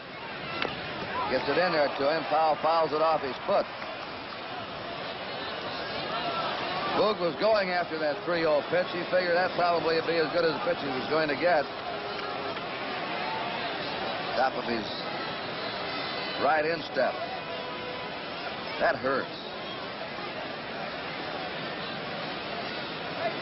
I've seen some players, Lindsay, they have to wear the shin guards. Ted Williams used to wear one. Vic Wirtz, certain players, they get a bone bruise and it stays with them for months. Well, that's how Frank Robinson hurt his right instep taking batting practice. Foul one off of it. The count to Boog Powell, 3 balls and a strike, 2 down. Paul Blair at first. New York Mets leading the Baltimore Orioles 1-0 in the top of the 6th inning. Runner going. Foul back. Blair had a good jump that time.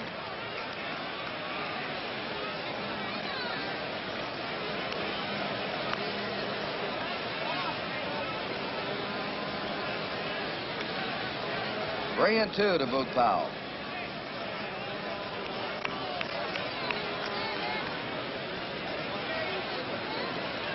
Clendenin looked over into the dugout and he said, play on the bag. He was going to be off the bag.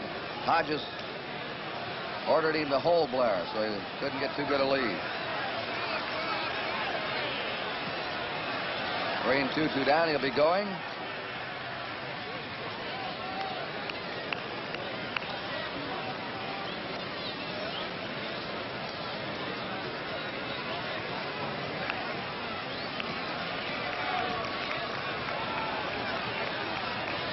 There goes Blair.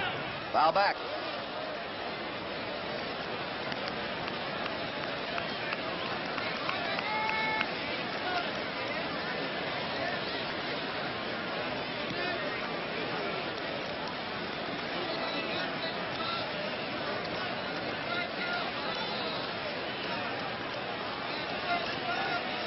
All right, we're ready for another 3 and 2 pitch.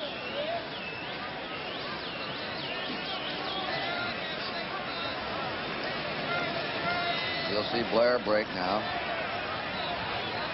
On the way. Foul again by Powell. If the World Series goes 7 games next Sunday, you'll see another baseball-football doubleheader on NBC.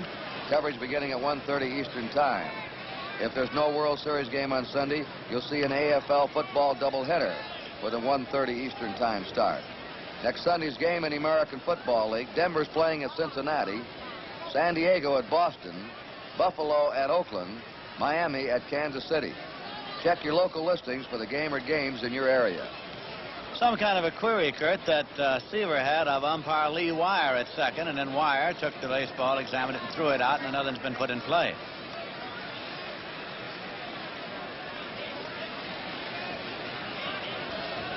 Three and 2's the count to Boog Powell. 2 down. Paul Blair at first.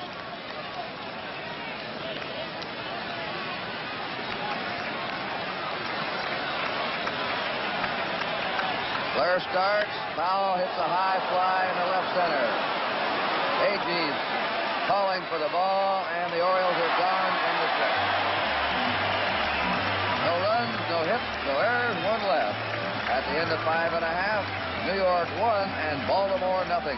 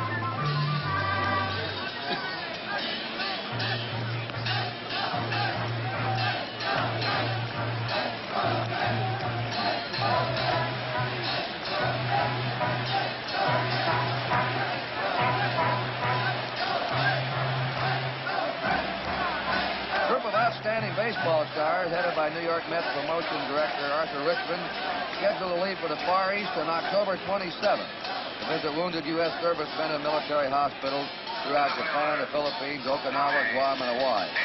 Gaylord Perry, the Giants, Ed Charles of the Mets, Bob Beal of the Pirates, Bill Regan of the Cubs, and John Odom of the A's will be making the trip overseas to talk and entertain our men in the Far East. Tommy Agee bounds it to Brooks Robinson. Agee, who previously had grounded out in single, is retired on the first pitch. We understand that for 4 minutes, and Shortstop. 8 minutes past 2 to 2:12, we lost our audio less severely through technical difficulties. We apologize for that. And I think everything is all right again. It was a technical problem. Harrelson trying to bunt. Foul ball to him. He is singled and grounded out.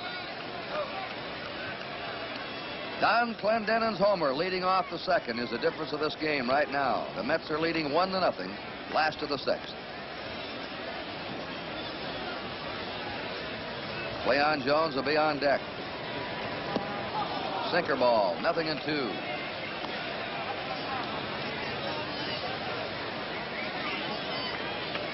Cuellar, born in Cuba, lives in Puerto Rico. There's Jones. The ball is called Crazy Horse by his teammates.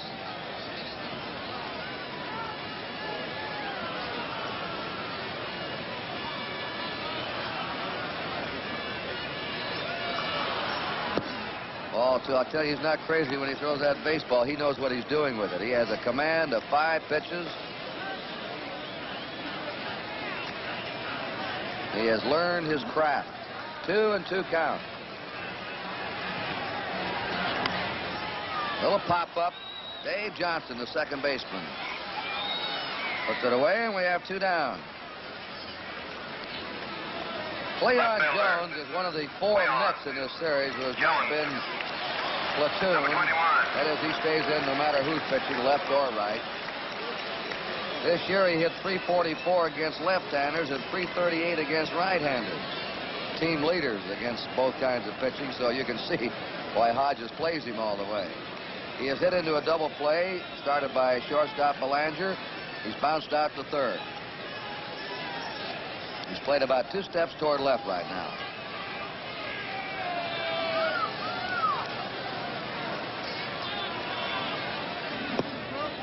A ball.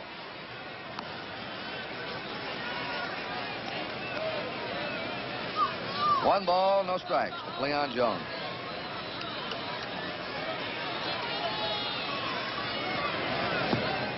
Changed up on it, 2-0.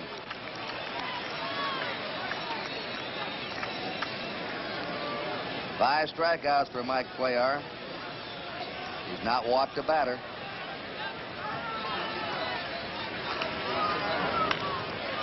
Hit hard to short. Belanger finally gets the handle and over to first. The Mets are down 1-2-3. These 2 shortstops have both played great ball.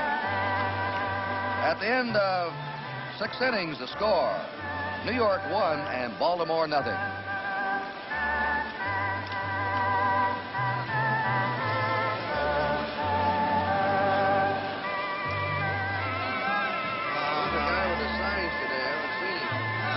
Seen him either.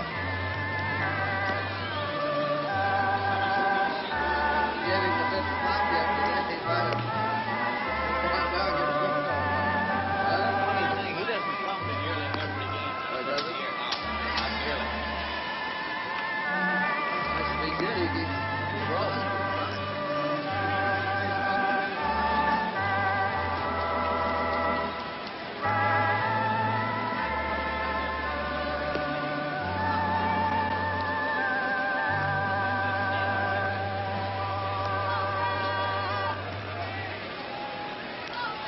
Third baseman, Brooks Robinson.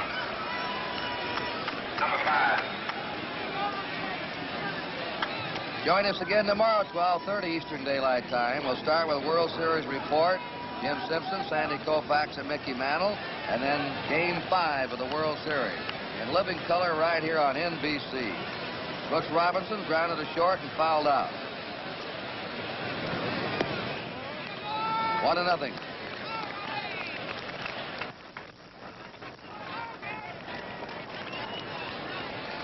Seavers allowed just 3 hits. That's headed toward the seats.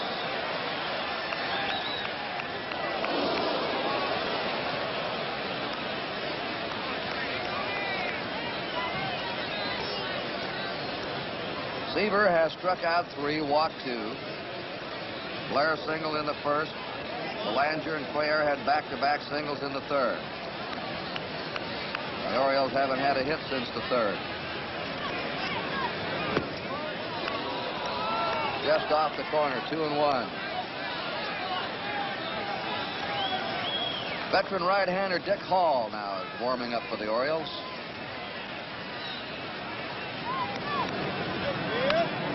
Foul back. 2-2 to Brooks Robinson.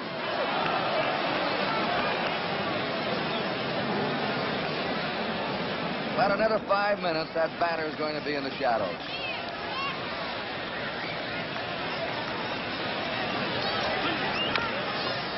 Hits slowly to Charles. Throws Robinson out with 1 down in the 7th. Well, the Orioles now have gone Thatcher, Elrod, Hendricks. 17 in the 3rd innings without a run. There's your call.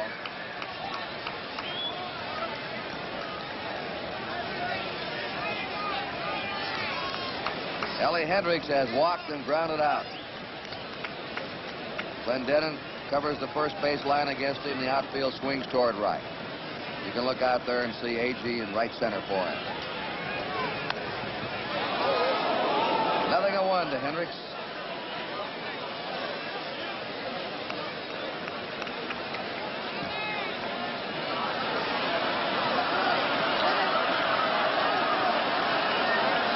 Something happened in the stands down below us. He pops it off as Seaver jammed him right onto fifth. Harrelson squeezes it out, number 2. Seaver right now is overpowering these batters. Second baseman, Dave Johnson, number 15.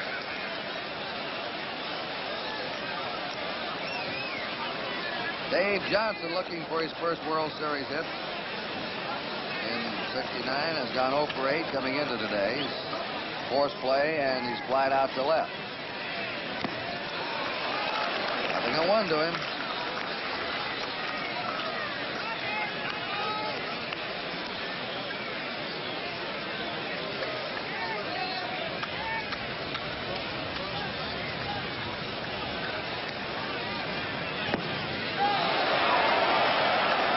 Slider hit that corner, 0-2. 2 left-handers tomorrow, Koosman and McNally.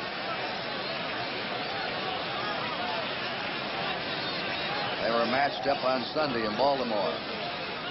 2 down, nobody on. 1-2 to Dave Johnson. Mets are leading 1-0 in the top of the 7th.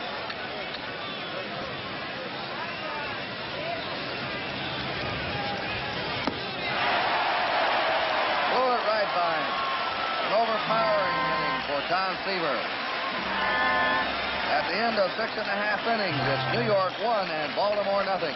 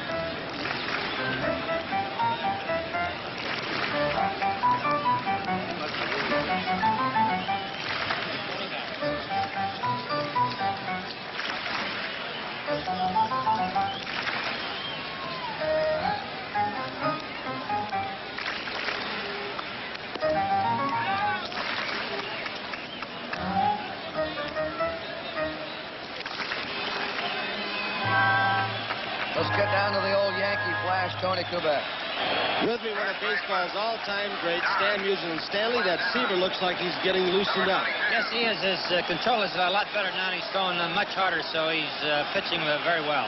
Stan Musial, thank you so much. I appreciate you coming on for this short period. Very good, fine. Thank you very much.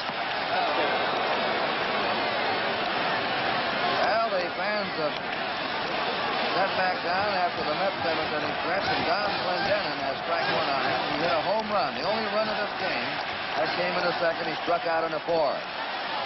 0-2. He had tagged Cuellar for 2 hits in the opening game of the series.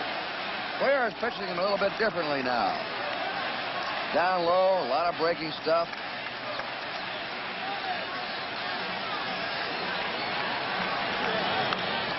Foul out of play. Well, this may be the last inning we'll see Cuellar, Lindsay. The Orioles have Cuellar due to hit in the top of the 8th. Might very well be. They are still trailing by 1. Comebacker to Cuellar. Easy play over to Powell. There's 1 out.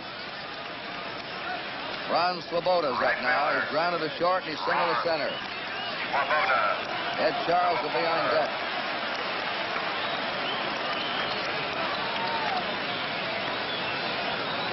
One run, 6 hits for the Mets. No runs, 3 hits for the Orioles. Hit a curveball to left field. Buford back in. Swoboda's on. That's base hit number 7 for the Mets. Third baseman, Ed Charles, number 5. Ed Charles has grounded out and struck out.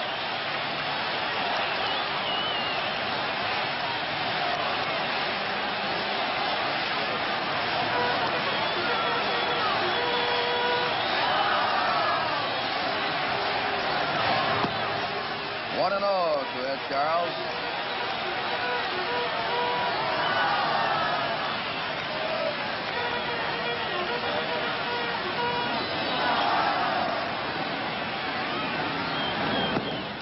Doing nothing to him.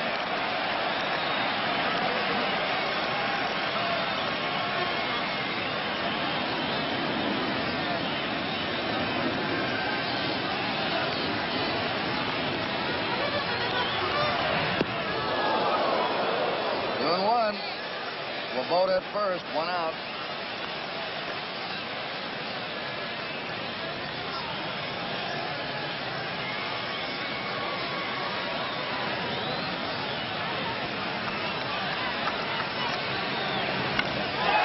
Line drive deep. Buford's there, 2 down.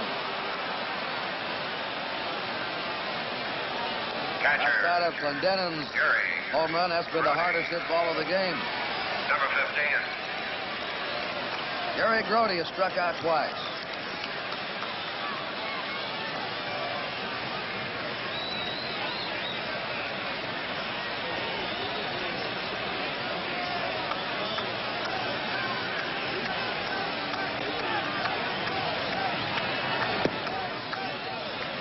One and 0 to Grody. Mets are ahead 1-0. Last of the 7th, the Orioles in the 8th have Belanger, Cuellar, and Buford scheduled up.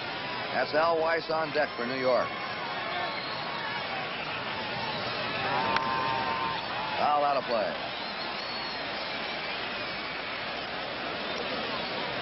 The payoff to the players have been increased this year. The winners will get roughly around $15,000. Last year, the winning Tigers got $11,000 apiece.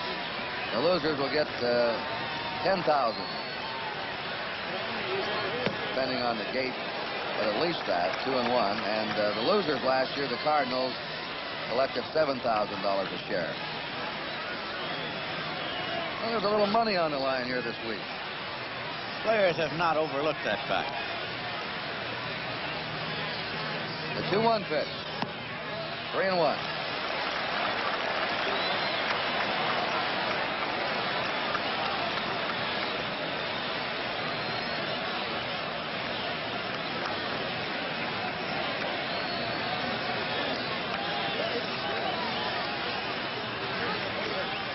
In this 3-1 situation, the Mets have been starting their runner this series. See if they do it again. Swoboda's the man there.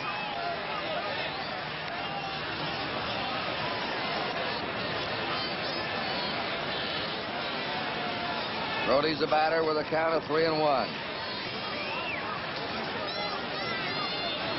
Swoboda's holding, and it's foul back.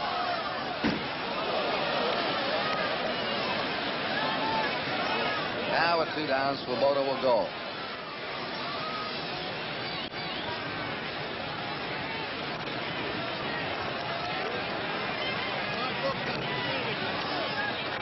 There he goes.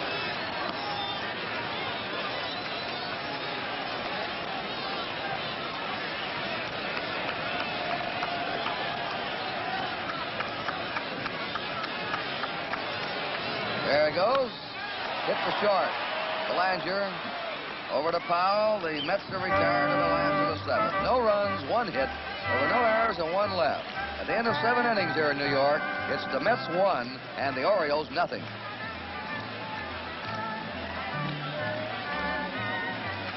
Introducing Rudy Avalde.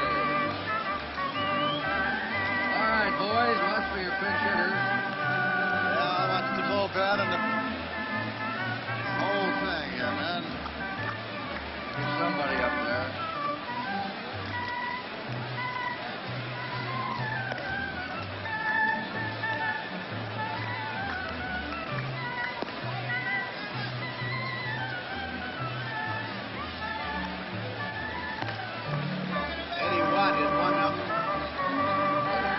Yes.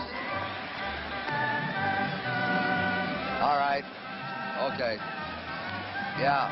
Okay. Eddie Watt warming up, Lou. Dave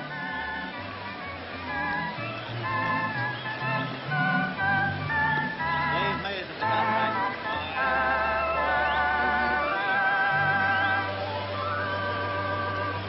We pause now for station identification. Shortstop, Mark Belanger, number 7.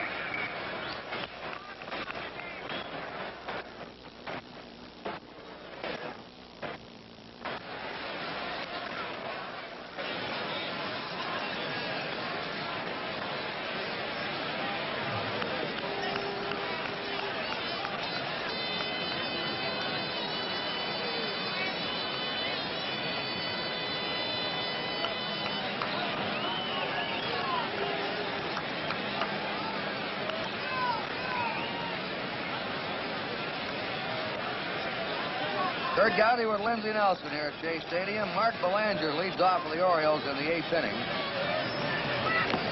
Strike 1. Eddie Watt is warming up in the Oriole bullpen, and Dave May is on deck to bat for Mike Cuellar. And the Mets pitching staff earned run average in this World Series 1.36.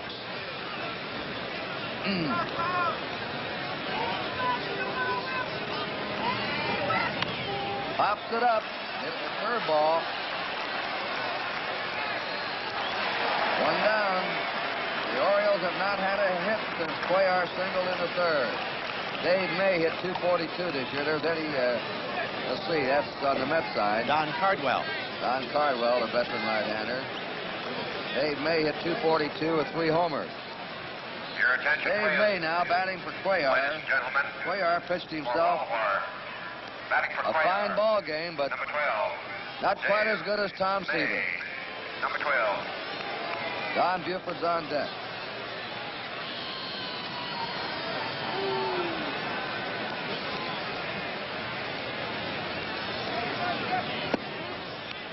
Ball 1. The Mets have stopped the Orioles with no runs in the last 18 in the 3rd innings. Only 1 run in the last 29 in the 3rd inning.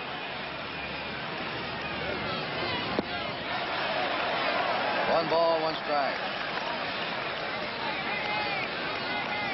3, 6, 9, 13, 16, 17. Seaver's retired 16 of the last 17. Curve, missed.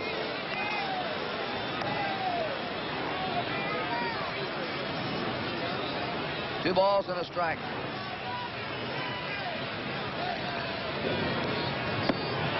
Fastball, 2-2. Checking back and talking to a lot of people in the press row, radio, TV row. The 3rd game of the 35 World Series, Charlie Grimm of the Cubs was ejected from a World Series game, the manager of the Cubs. Seaver's getting tougher and tougher as this game goes along. The only other time it's ever happened. Earl Weaver was kicked out of this game in the third inning. Number 9. Evidently protesting a ball and strike decision. What was said, only Weaver and the umpire, Shag Crawford, know. Weaver's antics with umpires were legendary during his minor league career. There was a time in the Eastern League he was ejected and sat down on third base. When he finally was persuaded to leave, he took the bag with him into the clubhouse. 5 strikeouts for Seaver. Don Buford watches that slow ball. 1-0. 1-0. New York Mets leading in the top of the 8th. The Orioles have 2 down, nobody on. Foul back. They're just not getting a good piece of anything off this kid. Seaver's last 8 starts in the regular season. He pitched 8 complete games and allowed only 8 earned runs in those last 8 games. Popped up. Third baseman Ed Charles there. And it's another 1 through 3 innings for Seaver. At the end of 7.5 innings, it's the Mets 1 and the Orioles nothing.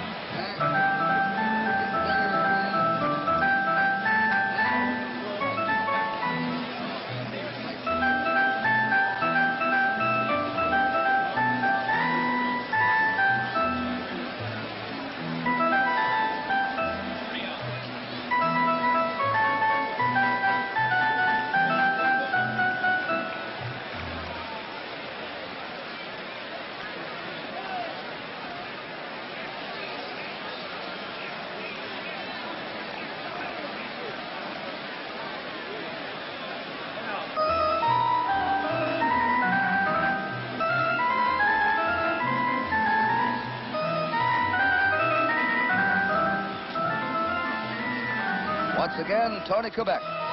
Thank you, Kurt and Lindsay. With me down here, the manager of the St. Louis Cardinals, Red Cheney's. And, Red, I'm trying to think of a pitching staff that I've seen in a good many years that can throw as hard as this Mets staff. Well, like everybody says, good pitching will stop good hitting, and so far the Mets pitchers have been doing a real good job. And Seavers hadn't been pitching as well lately as he had been in the beginning of the year and all year. But today, after the 4th and 5th inning, he looked like his coordination, and he's real steady right now, and he's really firing the ball right now. Well, Red, you know, it looks like here's a fellow that pitched almost 300 innings during the season. You think Seaver's arm could be a little bit tired? I don't think he's that tired, because they usually use practically a 5-man rotation all year, so he couldn't be too tired. But he's in the groove right now and throwing well. Red, have you seen much of the Oriole ball club? How do they impress you? Well, they got a terrific ball club with that guy at third base. Their whole infield, the outfield, good hitting, good defense, and their pitching is good. But like you get good pitching against another good ball club, and it depends on all pitching, and so far it's the Mets. Red Cheney's, thank you so much. Incidentally, good luck next year. Thank you. Thank you so much, Red Cheney's. Let's go on back upstairs. Okay, Tony, and Eddie Watt, 27 years old, is now on. He led the Baltimore staff in most appearances this year with 56. His record was 5 wins, 2 losses. He had 16 saves and a low earned run average of 1.65. Al Weiss, 2 for 2. 2 singles. 4 for 6 in the series. Strike to him. Straight away for Weiss and not too deep. Seaver will be on deck. He'll get a big ovation. Fly ball to left field. Buford almost in his tracks. 1 out. And as Seaver comes up, watch the crowd respond here at Shea Stadium. Seaver.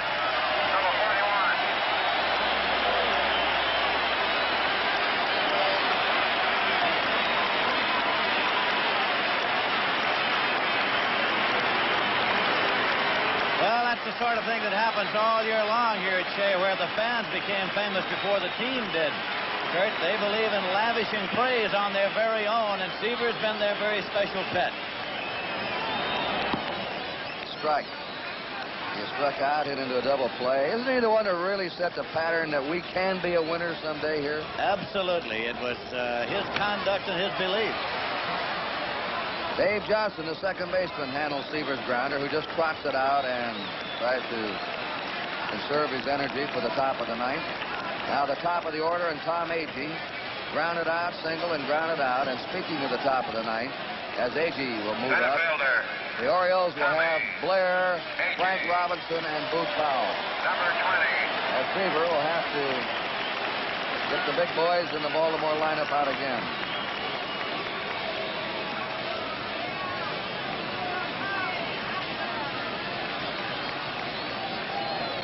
Been a tremendous year for baseball. Their centennial year. All-time teams picked. The All-Star game in the nation's capital. Reception by President Nixon there for baseball people. Foul ball, a new concept, 4 divisions. The Wild Wild West with 5 teams in the race down to the last week. The Mets lit up the whole nation with their story of overhauling the Cubs. Attendance record broken again.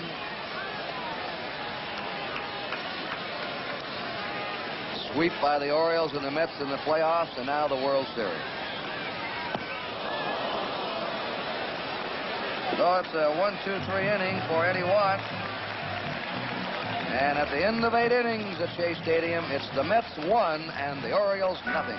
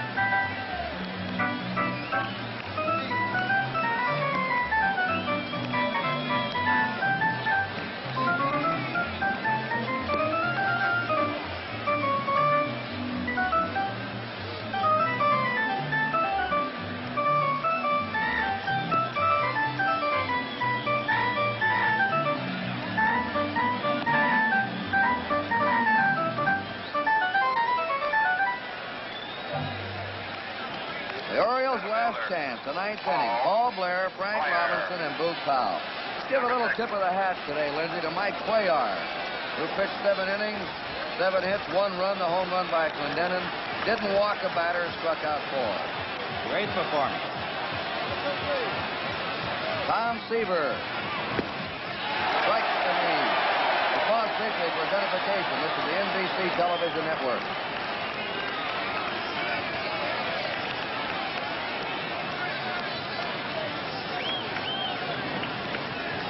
On deck is Frank Robinson. Seaver. Curve, strike 2. He has been getting sharper and sharper as this game has gone on. He's retired 8 in a row. 18 of the last 19 batters. 1 ball, 2 strikes. The only man to reach base since the 3rd is Blair, who walked in the 6th. 1-2 to Paul Blair. Being played straight away and fairly deep. There's a fly ball to right field. Ron Swoboda is waiting for it. 1 out.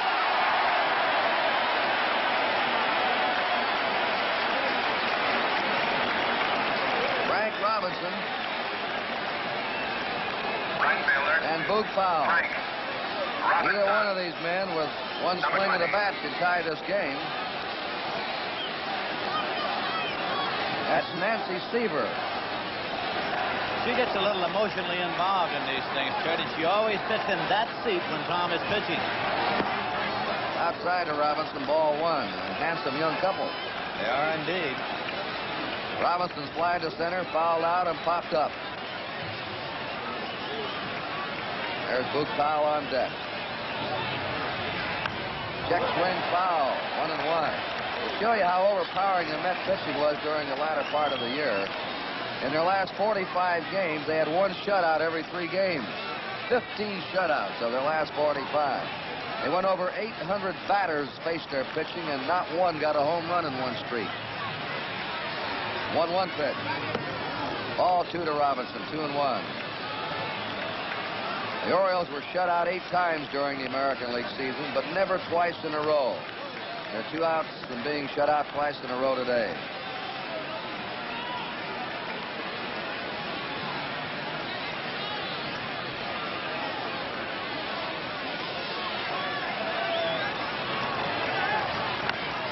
Foul back, 2-2 to Robinson. So the last 19 in the third innings, the Orioles have failed to score. They've had only 1 run in their last 30 in the third innings. Ed Charles right on the third base line against Robinson. The guard against the extra base hit. The foul, it's going to be out of play.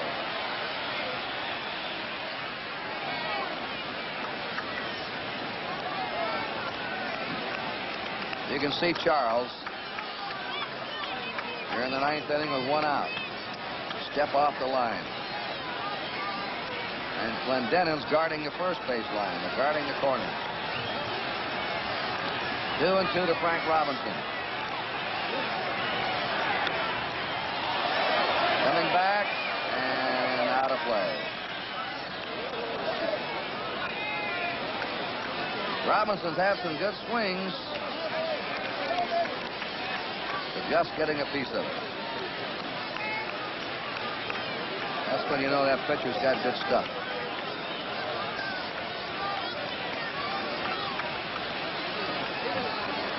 Seaver reminds you a lot of Robin in his prime. The 2-2 delivery. Base hit to left field by Frank Robinson. Fumbled momentarily. Robinson is holding, though. So the Orioles have the tying run on now in the top of the 9th. And Boog Powell, the batter. There's the first hit for the Orioles since the 3rd. Powell has struck out, grounded out, fly to center. First baseman, John Powell. Right-hander Ron Taylor, left-hander Tug McGraw are heating up in the Met bullpen.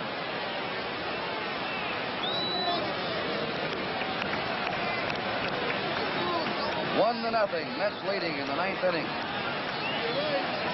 Frank Robinson at first, 1 out for the Orioles. Powell the batter, Brooks Robinson on deck.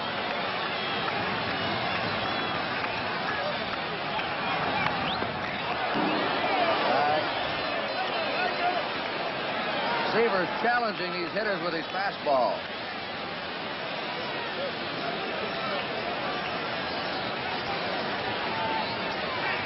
They're deep and about 3 steps to right for Powell. He can hit the power to left center also. Change-up, pounding ball into right field. Robinson will come to third. Here's the throw by Swoboda, cut off by the shortstop, Harrelson. And the Orioles have the tying run at third now. The lead run at first with 1 away. They finally got a ball over Clendenin's head. Gil Hodges never showing much emotion. Finally, he's excited and gets up. That's Jerry Kuzman there just beside him. Will be starting tomorrow. Here comes Gil.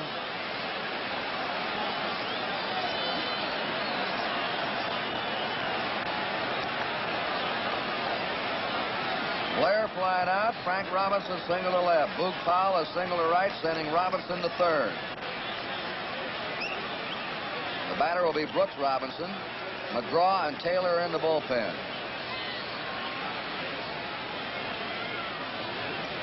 Leaving him in. There's Taylor, the right-hander, McGraw, the left-hander.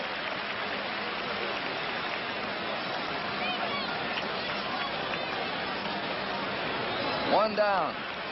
Fly ball could tie it up for the Orioles. Nancy Seaver.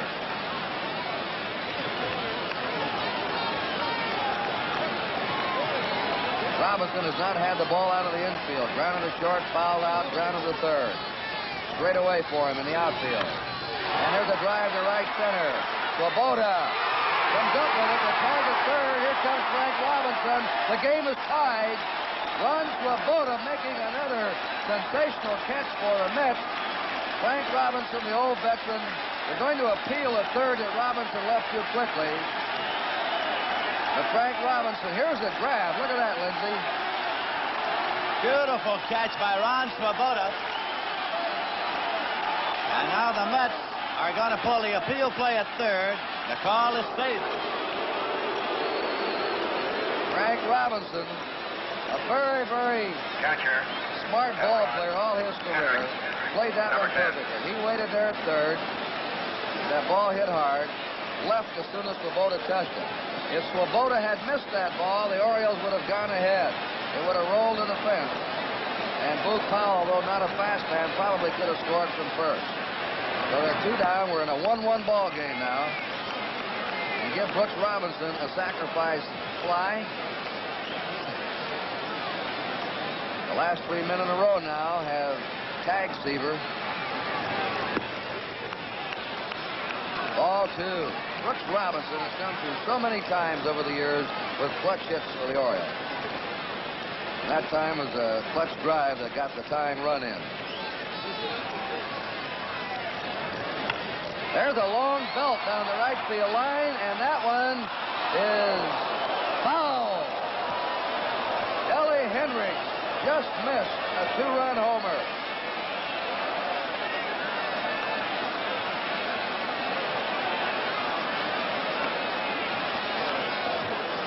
And these Mets fans are oohing and awing now. I believe Seaver is too, and there is Hodges.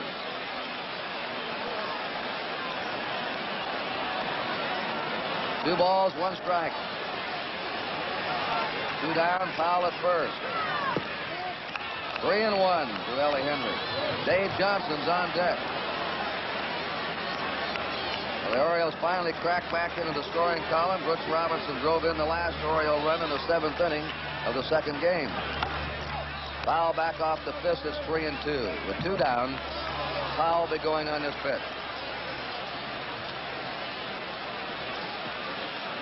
Jones has made a fine play in left today, and Swoboda that diving stab in right. The 3-2 pitch. Runner going. A drive out into right field. Swoboda's over there, flags it down. 1 run for the Orioles. 2 hits, no errors, 1 left. At the end of 8 1/2, the game is now tied 1-1.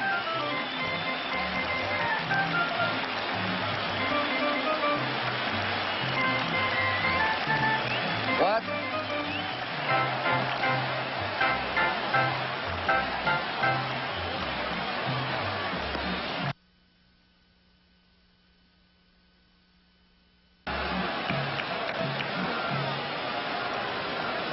Join us again tomorrow at 12:30 Eastern Time when NBC Sports begins its coverage of Game 5 of the World Series. World Series report hosted by Jim Simpson with Sandy Koufax and Mickey Mantle. Then Dave McNally of the Orioles goes against Jerry Kuzma of the Mets. Living color on NBC. Bud Harrelson, Cleon Jones, and Don Clendenin will be up. Eddie Watt's pitch, foul off by Harrelson, who is single, grounded out, and popped up. In the bullpen for the Orioles now, right-hander Dick Hall and left-hander Pete Rickard.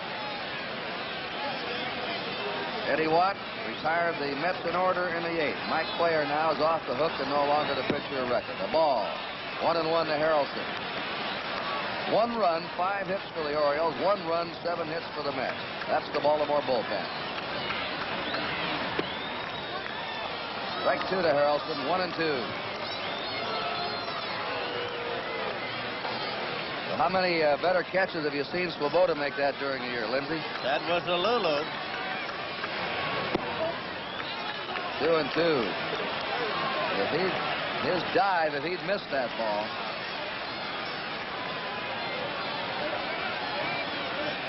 The 2-2 delivery. A bounding ball by the pitcher, charged by Johnson. Snap! He has him at first base. Davy Johnson, second baseman, charging that one.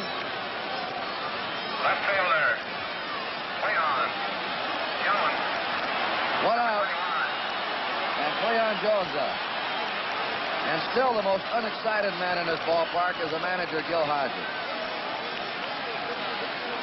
That's the Oriole dugout. Jones has not had the ball out of the infield. He's hit into a double play, grounded to third, grounded to short. 1-1, last of the ninth inning.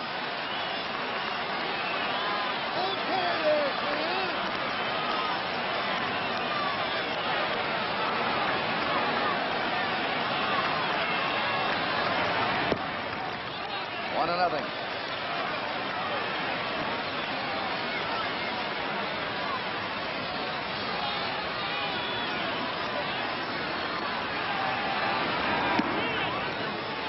Two or nothing. Curve just missed.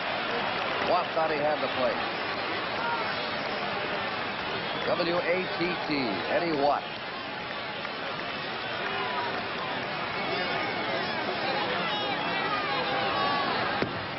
Fastball for a strike. He came out in the Baltimore dugout in Game 2 with a black snake draped around his neck. Mo Grabowski had left it in the clubhouse.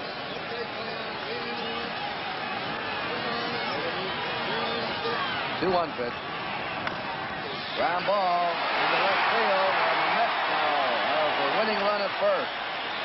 Buford back into Davy Johnson. First baseman,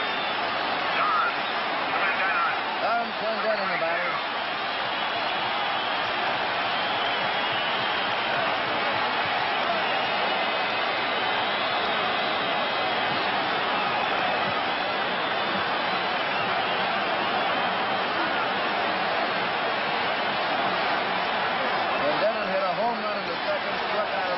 Bounced to the pitcher in the second. Deep straight away. Curve for a strike. And really playing in deep now, backing up, is Buford in left field, almost to the warning path. DeClaire is not as deep. And over in left is Buford, way back. Fouled out of play, strike two.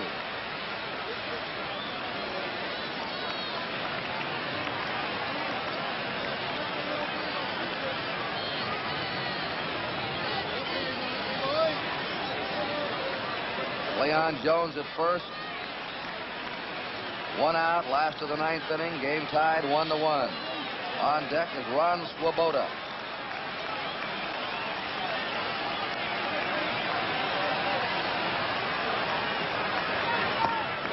Struck him out on 3 pitches. Had him going for a bad ball that time. 2 down. Swoboda will get a hand for that diving catch. Grounded to short and had 2 hits. Number 4.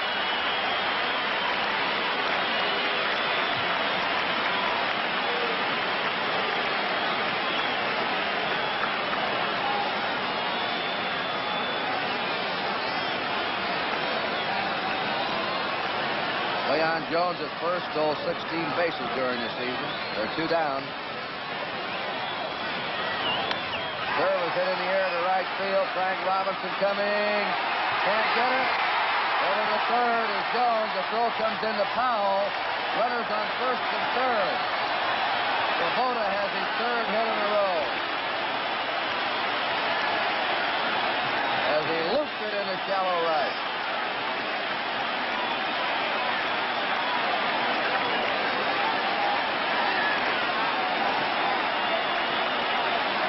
Shamsky now is coming out to bat for Ed Charles.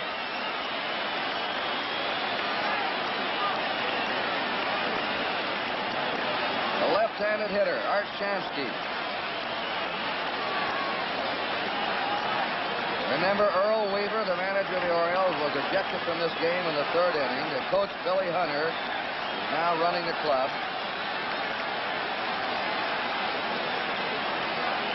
Your attention, please, and here is Bamberger, the pitching coach of the Orioles, coming out.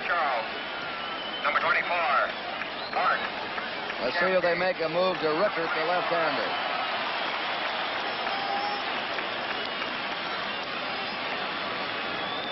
Now they're calling Boog Powell over. The Mets now have the winning run at third in Cleon Jones. He's the man that counts. Swoboda's at first. They're 2 down. The game tied 1-1 in the last of the ninth. Shamsky hit .300 this year, had 14 homers. He tore the Braves up. He had 7 out of 13 against the Braves in the National League Championship Series. Watt is staying in.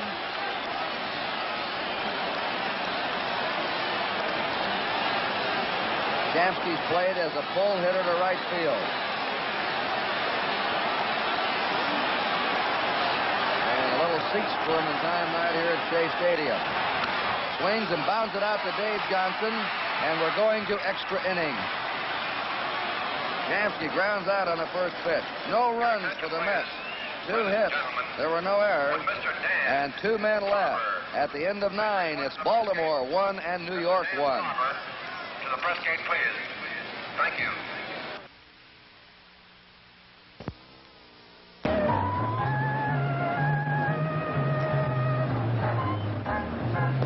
I'm sorry, but I want to argue with that. Here we are with a dramatic thing of the week NBC program.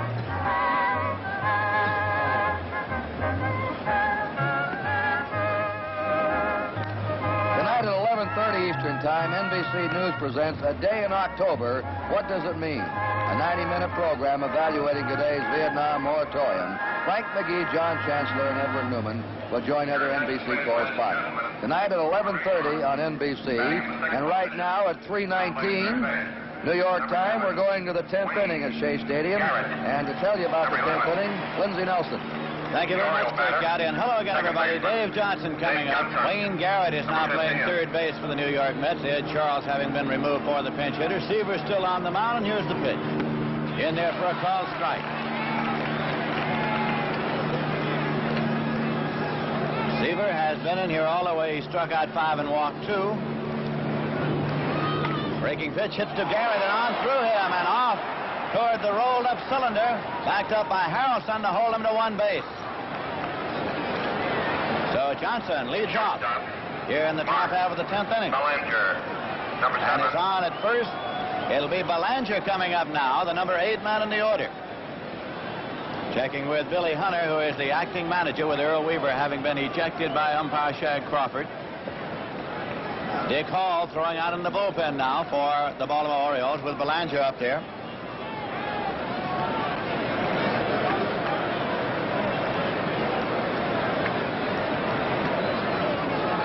That was Johnson's first hit in this series. He was 0 for 11. Belanger squares. Grody moves in to take it. It is strike 1. Johnson the runner at first.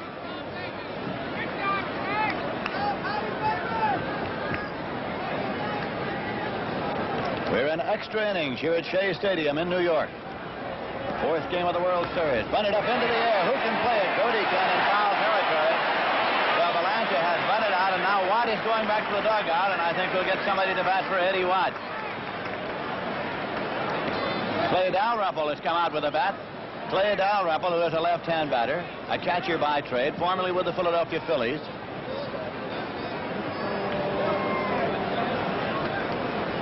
He is batting for Watt, and Dick Hall's throwing in the bullpen. For Baltimore, batting for Watt, number 3. The last extra inning game before today in the World Series was the 5th game of the 1964 World Series. St. Louis won it 5-2 at Yankee Stadium in 10 innings. Tell you what to do. As Dick Hall.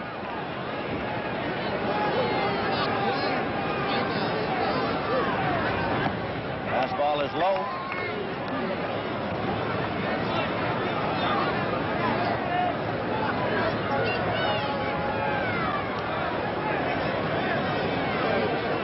Johnson the runner at first with 1 man out.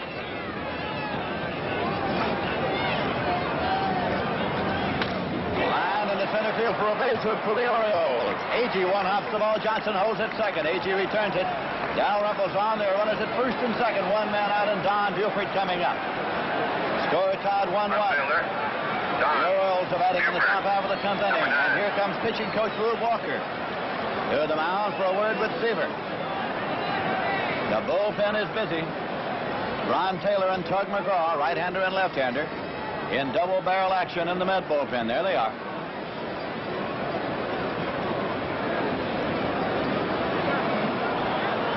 Seaver stays in the ball game.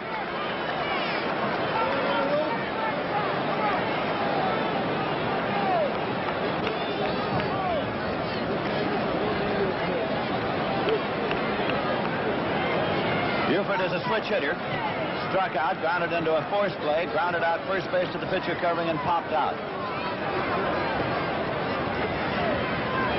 Breaking pitch low for a ball. Buford homered off Seaver last Saturday in Baltimore. Johnson at second base. Dalrymple at first base. And it's a high fly ball to deep right field. Swoboda's back in the warning track, has it lined up. Johnson tags at second, moves across. Throw goes to second. Runners at first and third now with 2 away. Center fielder, Paul. That will bring up Paul Blair. Number 6. Had a base hit. Tried to bunt his way on and was thrown out at first. Walked and flied out to right field.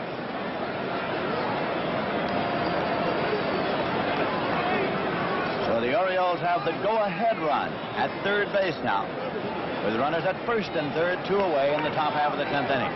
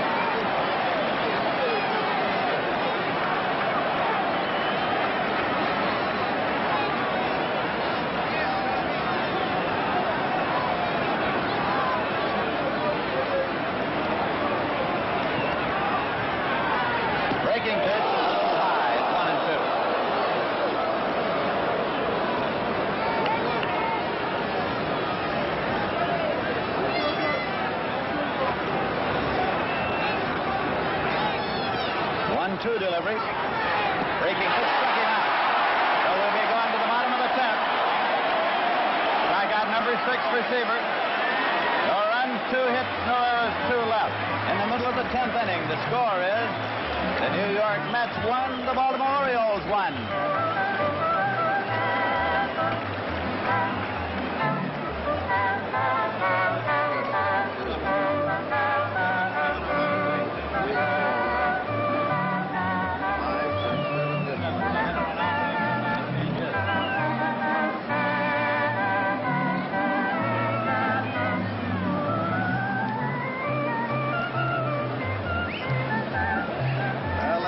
Turkey neck hall, I guess, isn't it?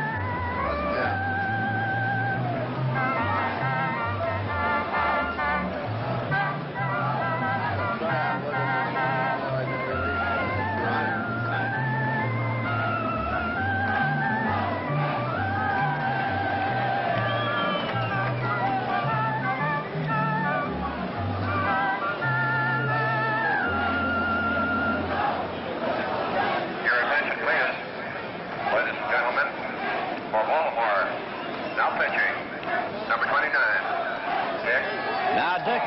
Coming to do the pitching for the Baltimore Orioles.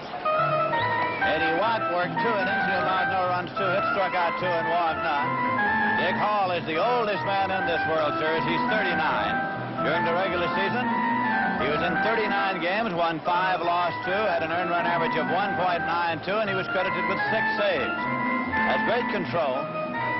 Gave up only 9 walks in 65 2/3 innings in 1969. This is his first World Series game. He began in the Pittsburgh Pirate organization in 1952 and opened one season for the Pirates as a third baseman. He's an alumnus of Swarthmore, and when he was undressing after the ball game in the locker room, one of the Pirate veterans looked across and said, "What's that on your T-shirt?" He said, "My fraternity pin." They said, "The way you play third base, you better take it off. It'll be permanently attached to your chest." One thing he does and has done over the years, Lindsay, probably as well as anyone in the major leagues, is throw strikes. He gets the ball over, and he went to camp this year, of course, with the Orioles as a free agent, having been cut loose by the Philadelphia Phillies, made a place for himself, and he's been a handy man to have around. So it's in the hands of Dick Hall for the Orioles now as the Mets send up the number 7 man in their order, Jerry Grody, who struck out looking, struck out swinging, and grounded out. 0 for 3 for the day. Bottom half of the 10th inning before a crowd of more than 57,000 at Shea Stadium in New York. Game number 4 of the 1969 World Series. The Mets leading 2-1 coming into today's game. Foul back at strike 1.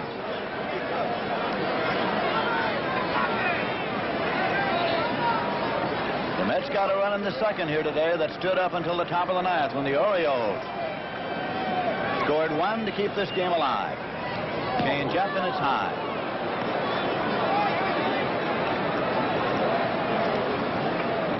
Al Weiss on deck.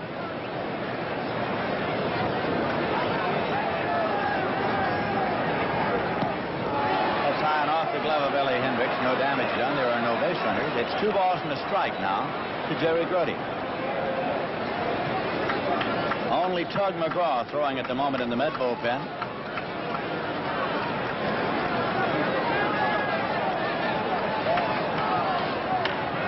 It is popped up down the right field line. Frank Robinson gives it a long run, but this is out of play. Robinson's there, Johnson's there, Powell's there, but it's well back into the lower field boxes.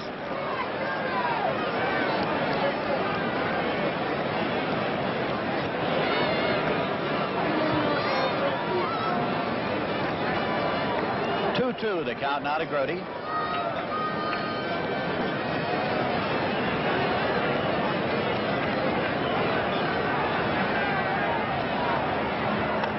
Fouled out. Dick Hall has a deceptive delivery, you'll notice. It's been described as something like a beach chair unfolding.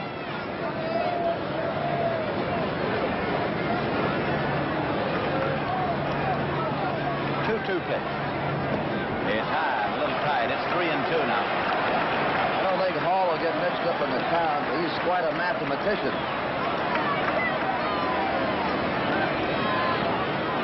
This will be a payoff pitch. Popped up into short left field, and Buford couldn't see it. He lost it in the sun momentarily. Belanger can't handle it. Play at second base, and he is safe at second. Jerry Grody in at second base. Don Buford momentarily lost it in the sun. Got a late start. I think Buford lost his ball as it came off the bat. He's deep out there. Look how far Belanger's going out. Now, here comes Buford breaking. If Belanger had caught this one, it would have been about as deep as you've ever seen a shortstop go out for a pop-up.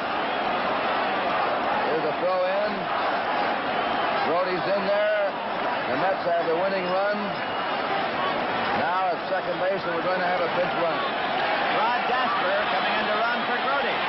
As the Mets make a bid to win it here in the bottom half of the 10th inning, it is Gasper running for Grody.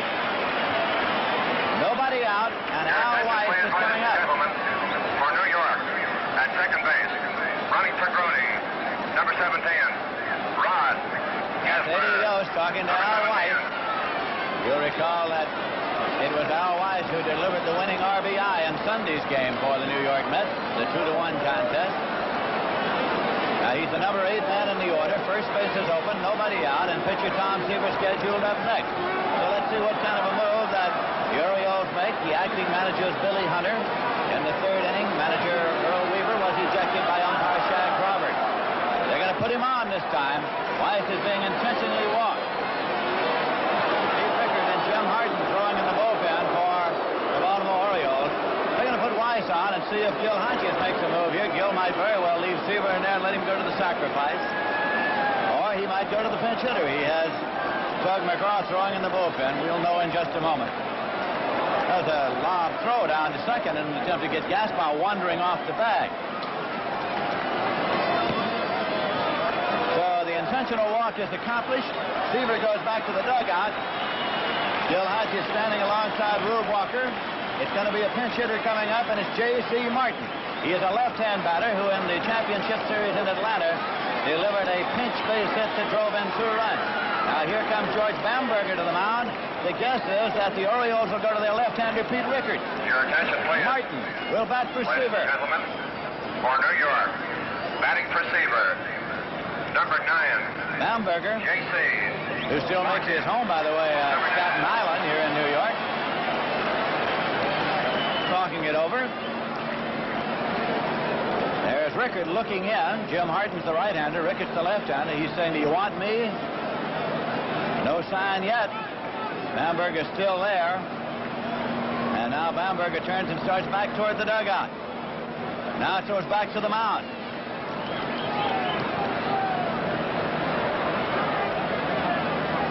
Now the sign is going to the bullpen from the umpire down the left field line, Frank Sikora, and it's Pete Rickard coming in to do the pitching. There's a break in the action here at New York. And in the bottom half of the 10th inning, the scores, the Mets 1 and Baltimore 1.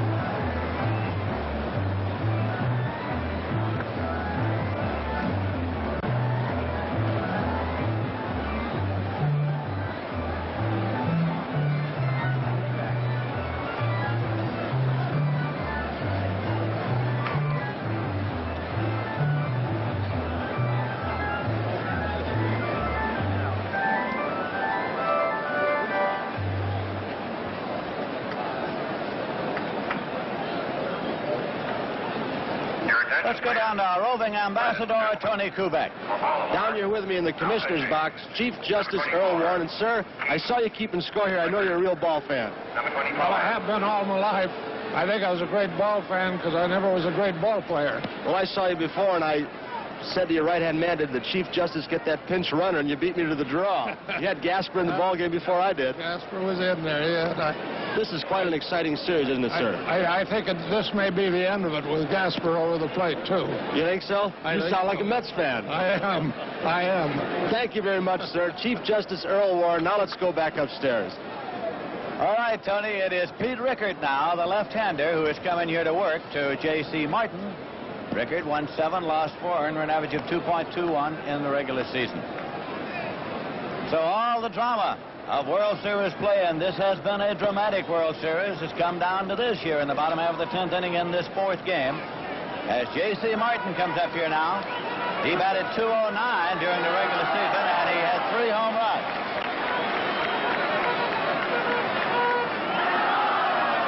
Pete Rickard will be 30 years of age on October 29th. He was born in Floral Park, New York, and says he doesn't think anybody there still remembers him.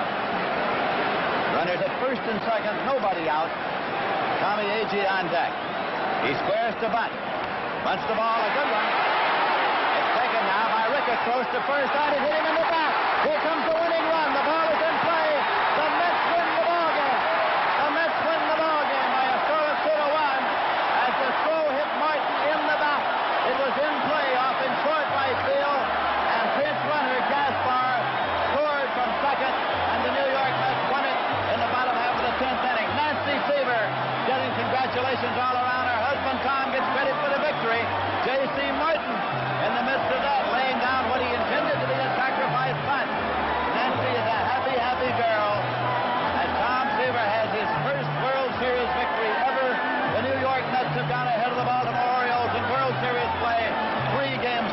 What a finish, Kurt. It really was, and you nearly saw the catcher Hendricks and the pitcher Rickard both going for the ball. Rickard finally picked it up. He fired at Dave Johnson. And watch this now. Watch this. I don't know where you can see the velocity in this throw. A very tough throw to handle. Fired in hard to Davy Johnson. And the ball caroms away from his glove and is rolling out now toward the right side of the infield. And then scampering across the plate here comes Rod Gasper with a winning run. And the Mets have done it again. A sensational catch by Swoboda saved them in the top of the ninth. The Orioles had battled back to tie it. Swoboda made a diving grab off the bat of Brooks Robinson that could have gone through to the wall to score 2 runs. That's been scored as an error by Pete Rickard, by the way. And so the Mets win it 2-1 and now have a commanding 3-1 lead. Right now, let's quickly go down to Tony Kubek. With me on the field, today's winning pitcher in a heck of a ball game, Tom Seaver.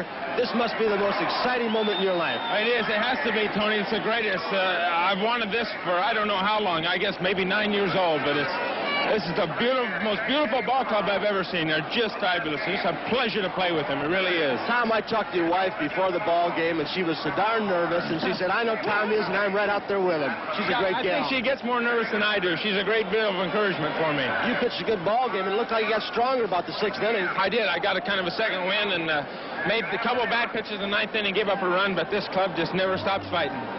You think we're going back to Baltimore? I don't want to, Tony. I hope not. Tom Seaver, thank you so much. Congratulations on your first series victory. Thank you. Hope there'll be many more. There's some more, too. Thanks, Thank Tony. you so much. Let's go on back upstairs. So the winning pitcher in this game is Seaver. The losing pitcher is Dick Hall. Brody doubled. He was replaced by Gasper, the pinch runner, who came in to score the winning run. It was 2 runs, 10 hits, 1 error for the Mets in 10 innings. Baltimore 1 run, 6 hits, 1 error. Thanks to Alan Roth and Jim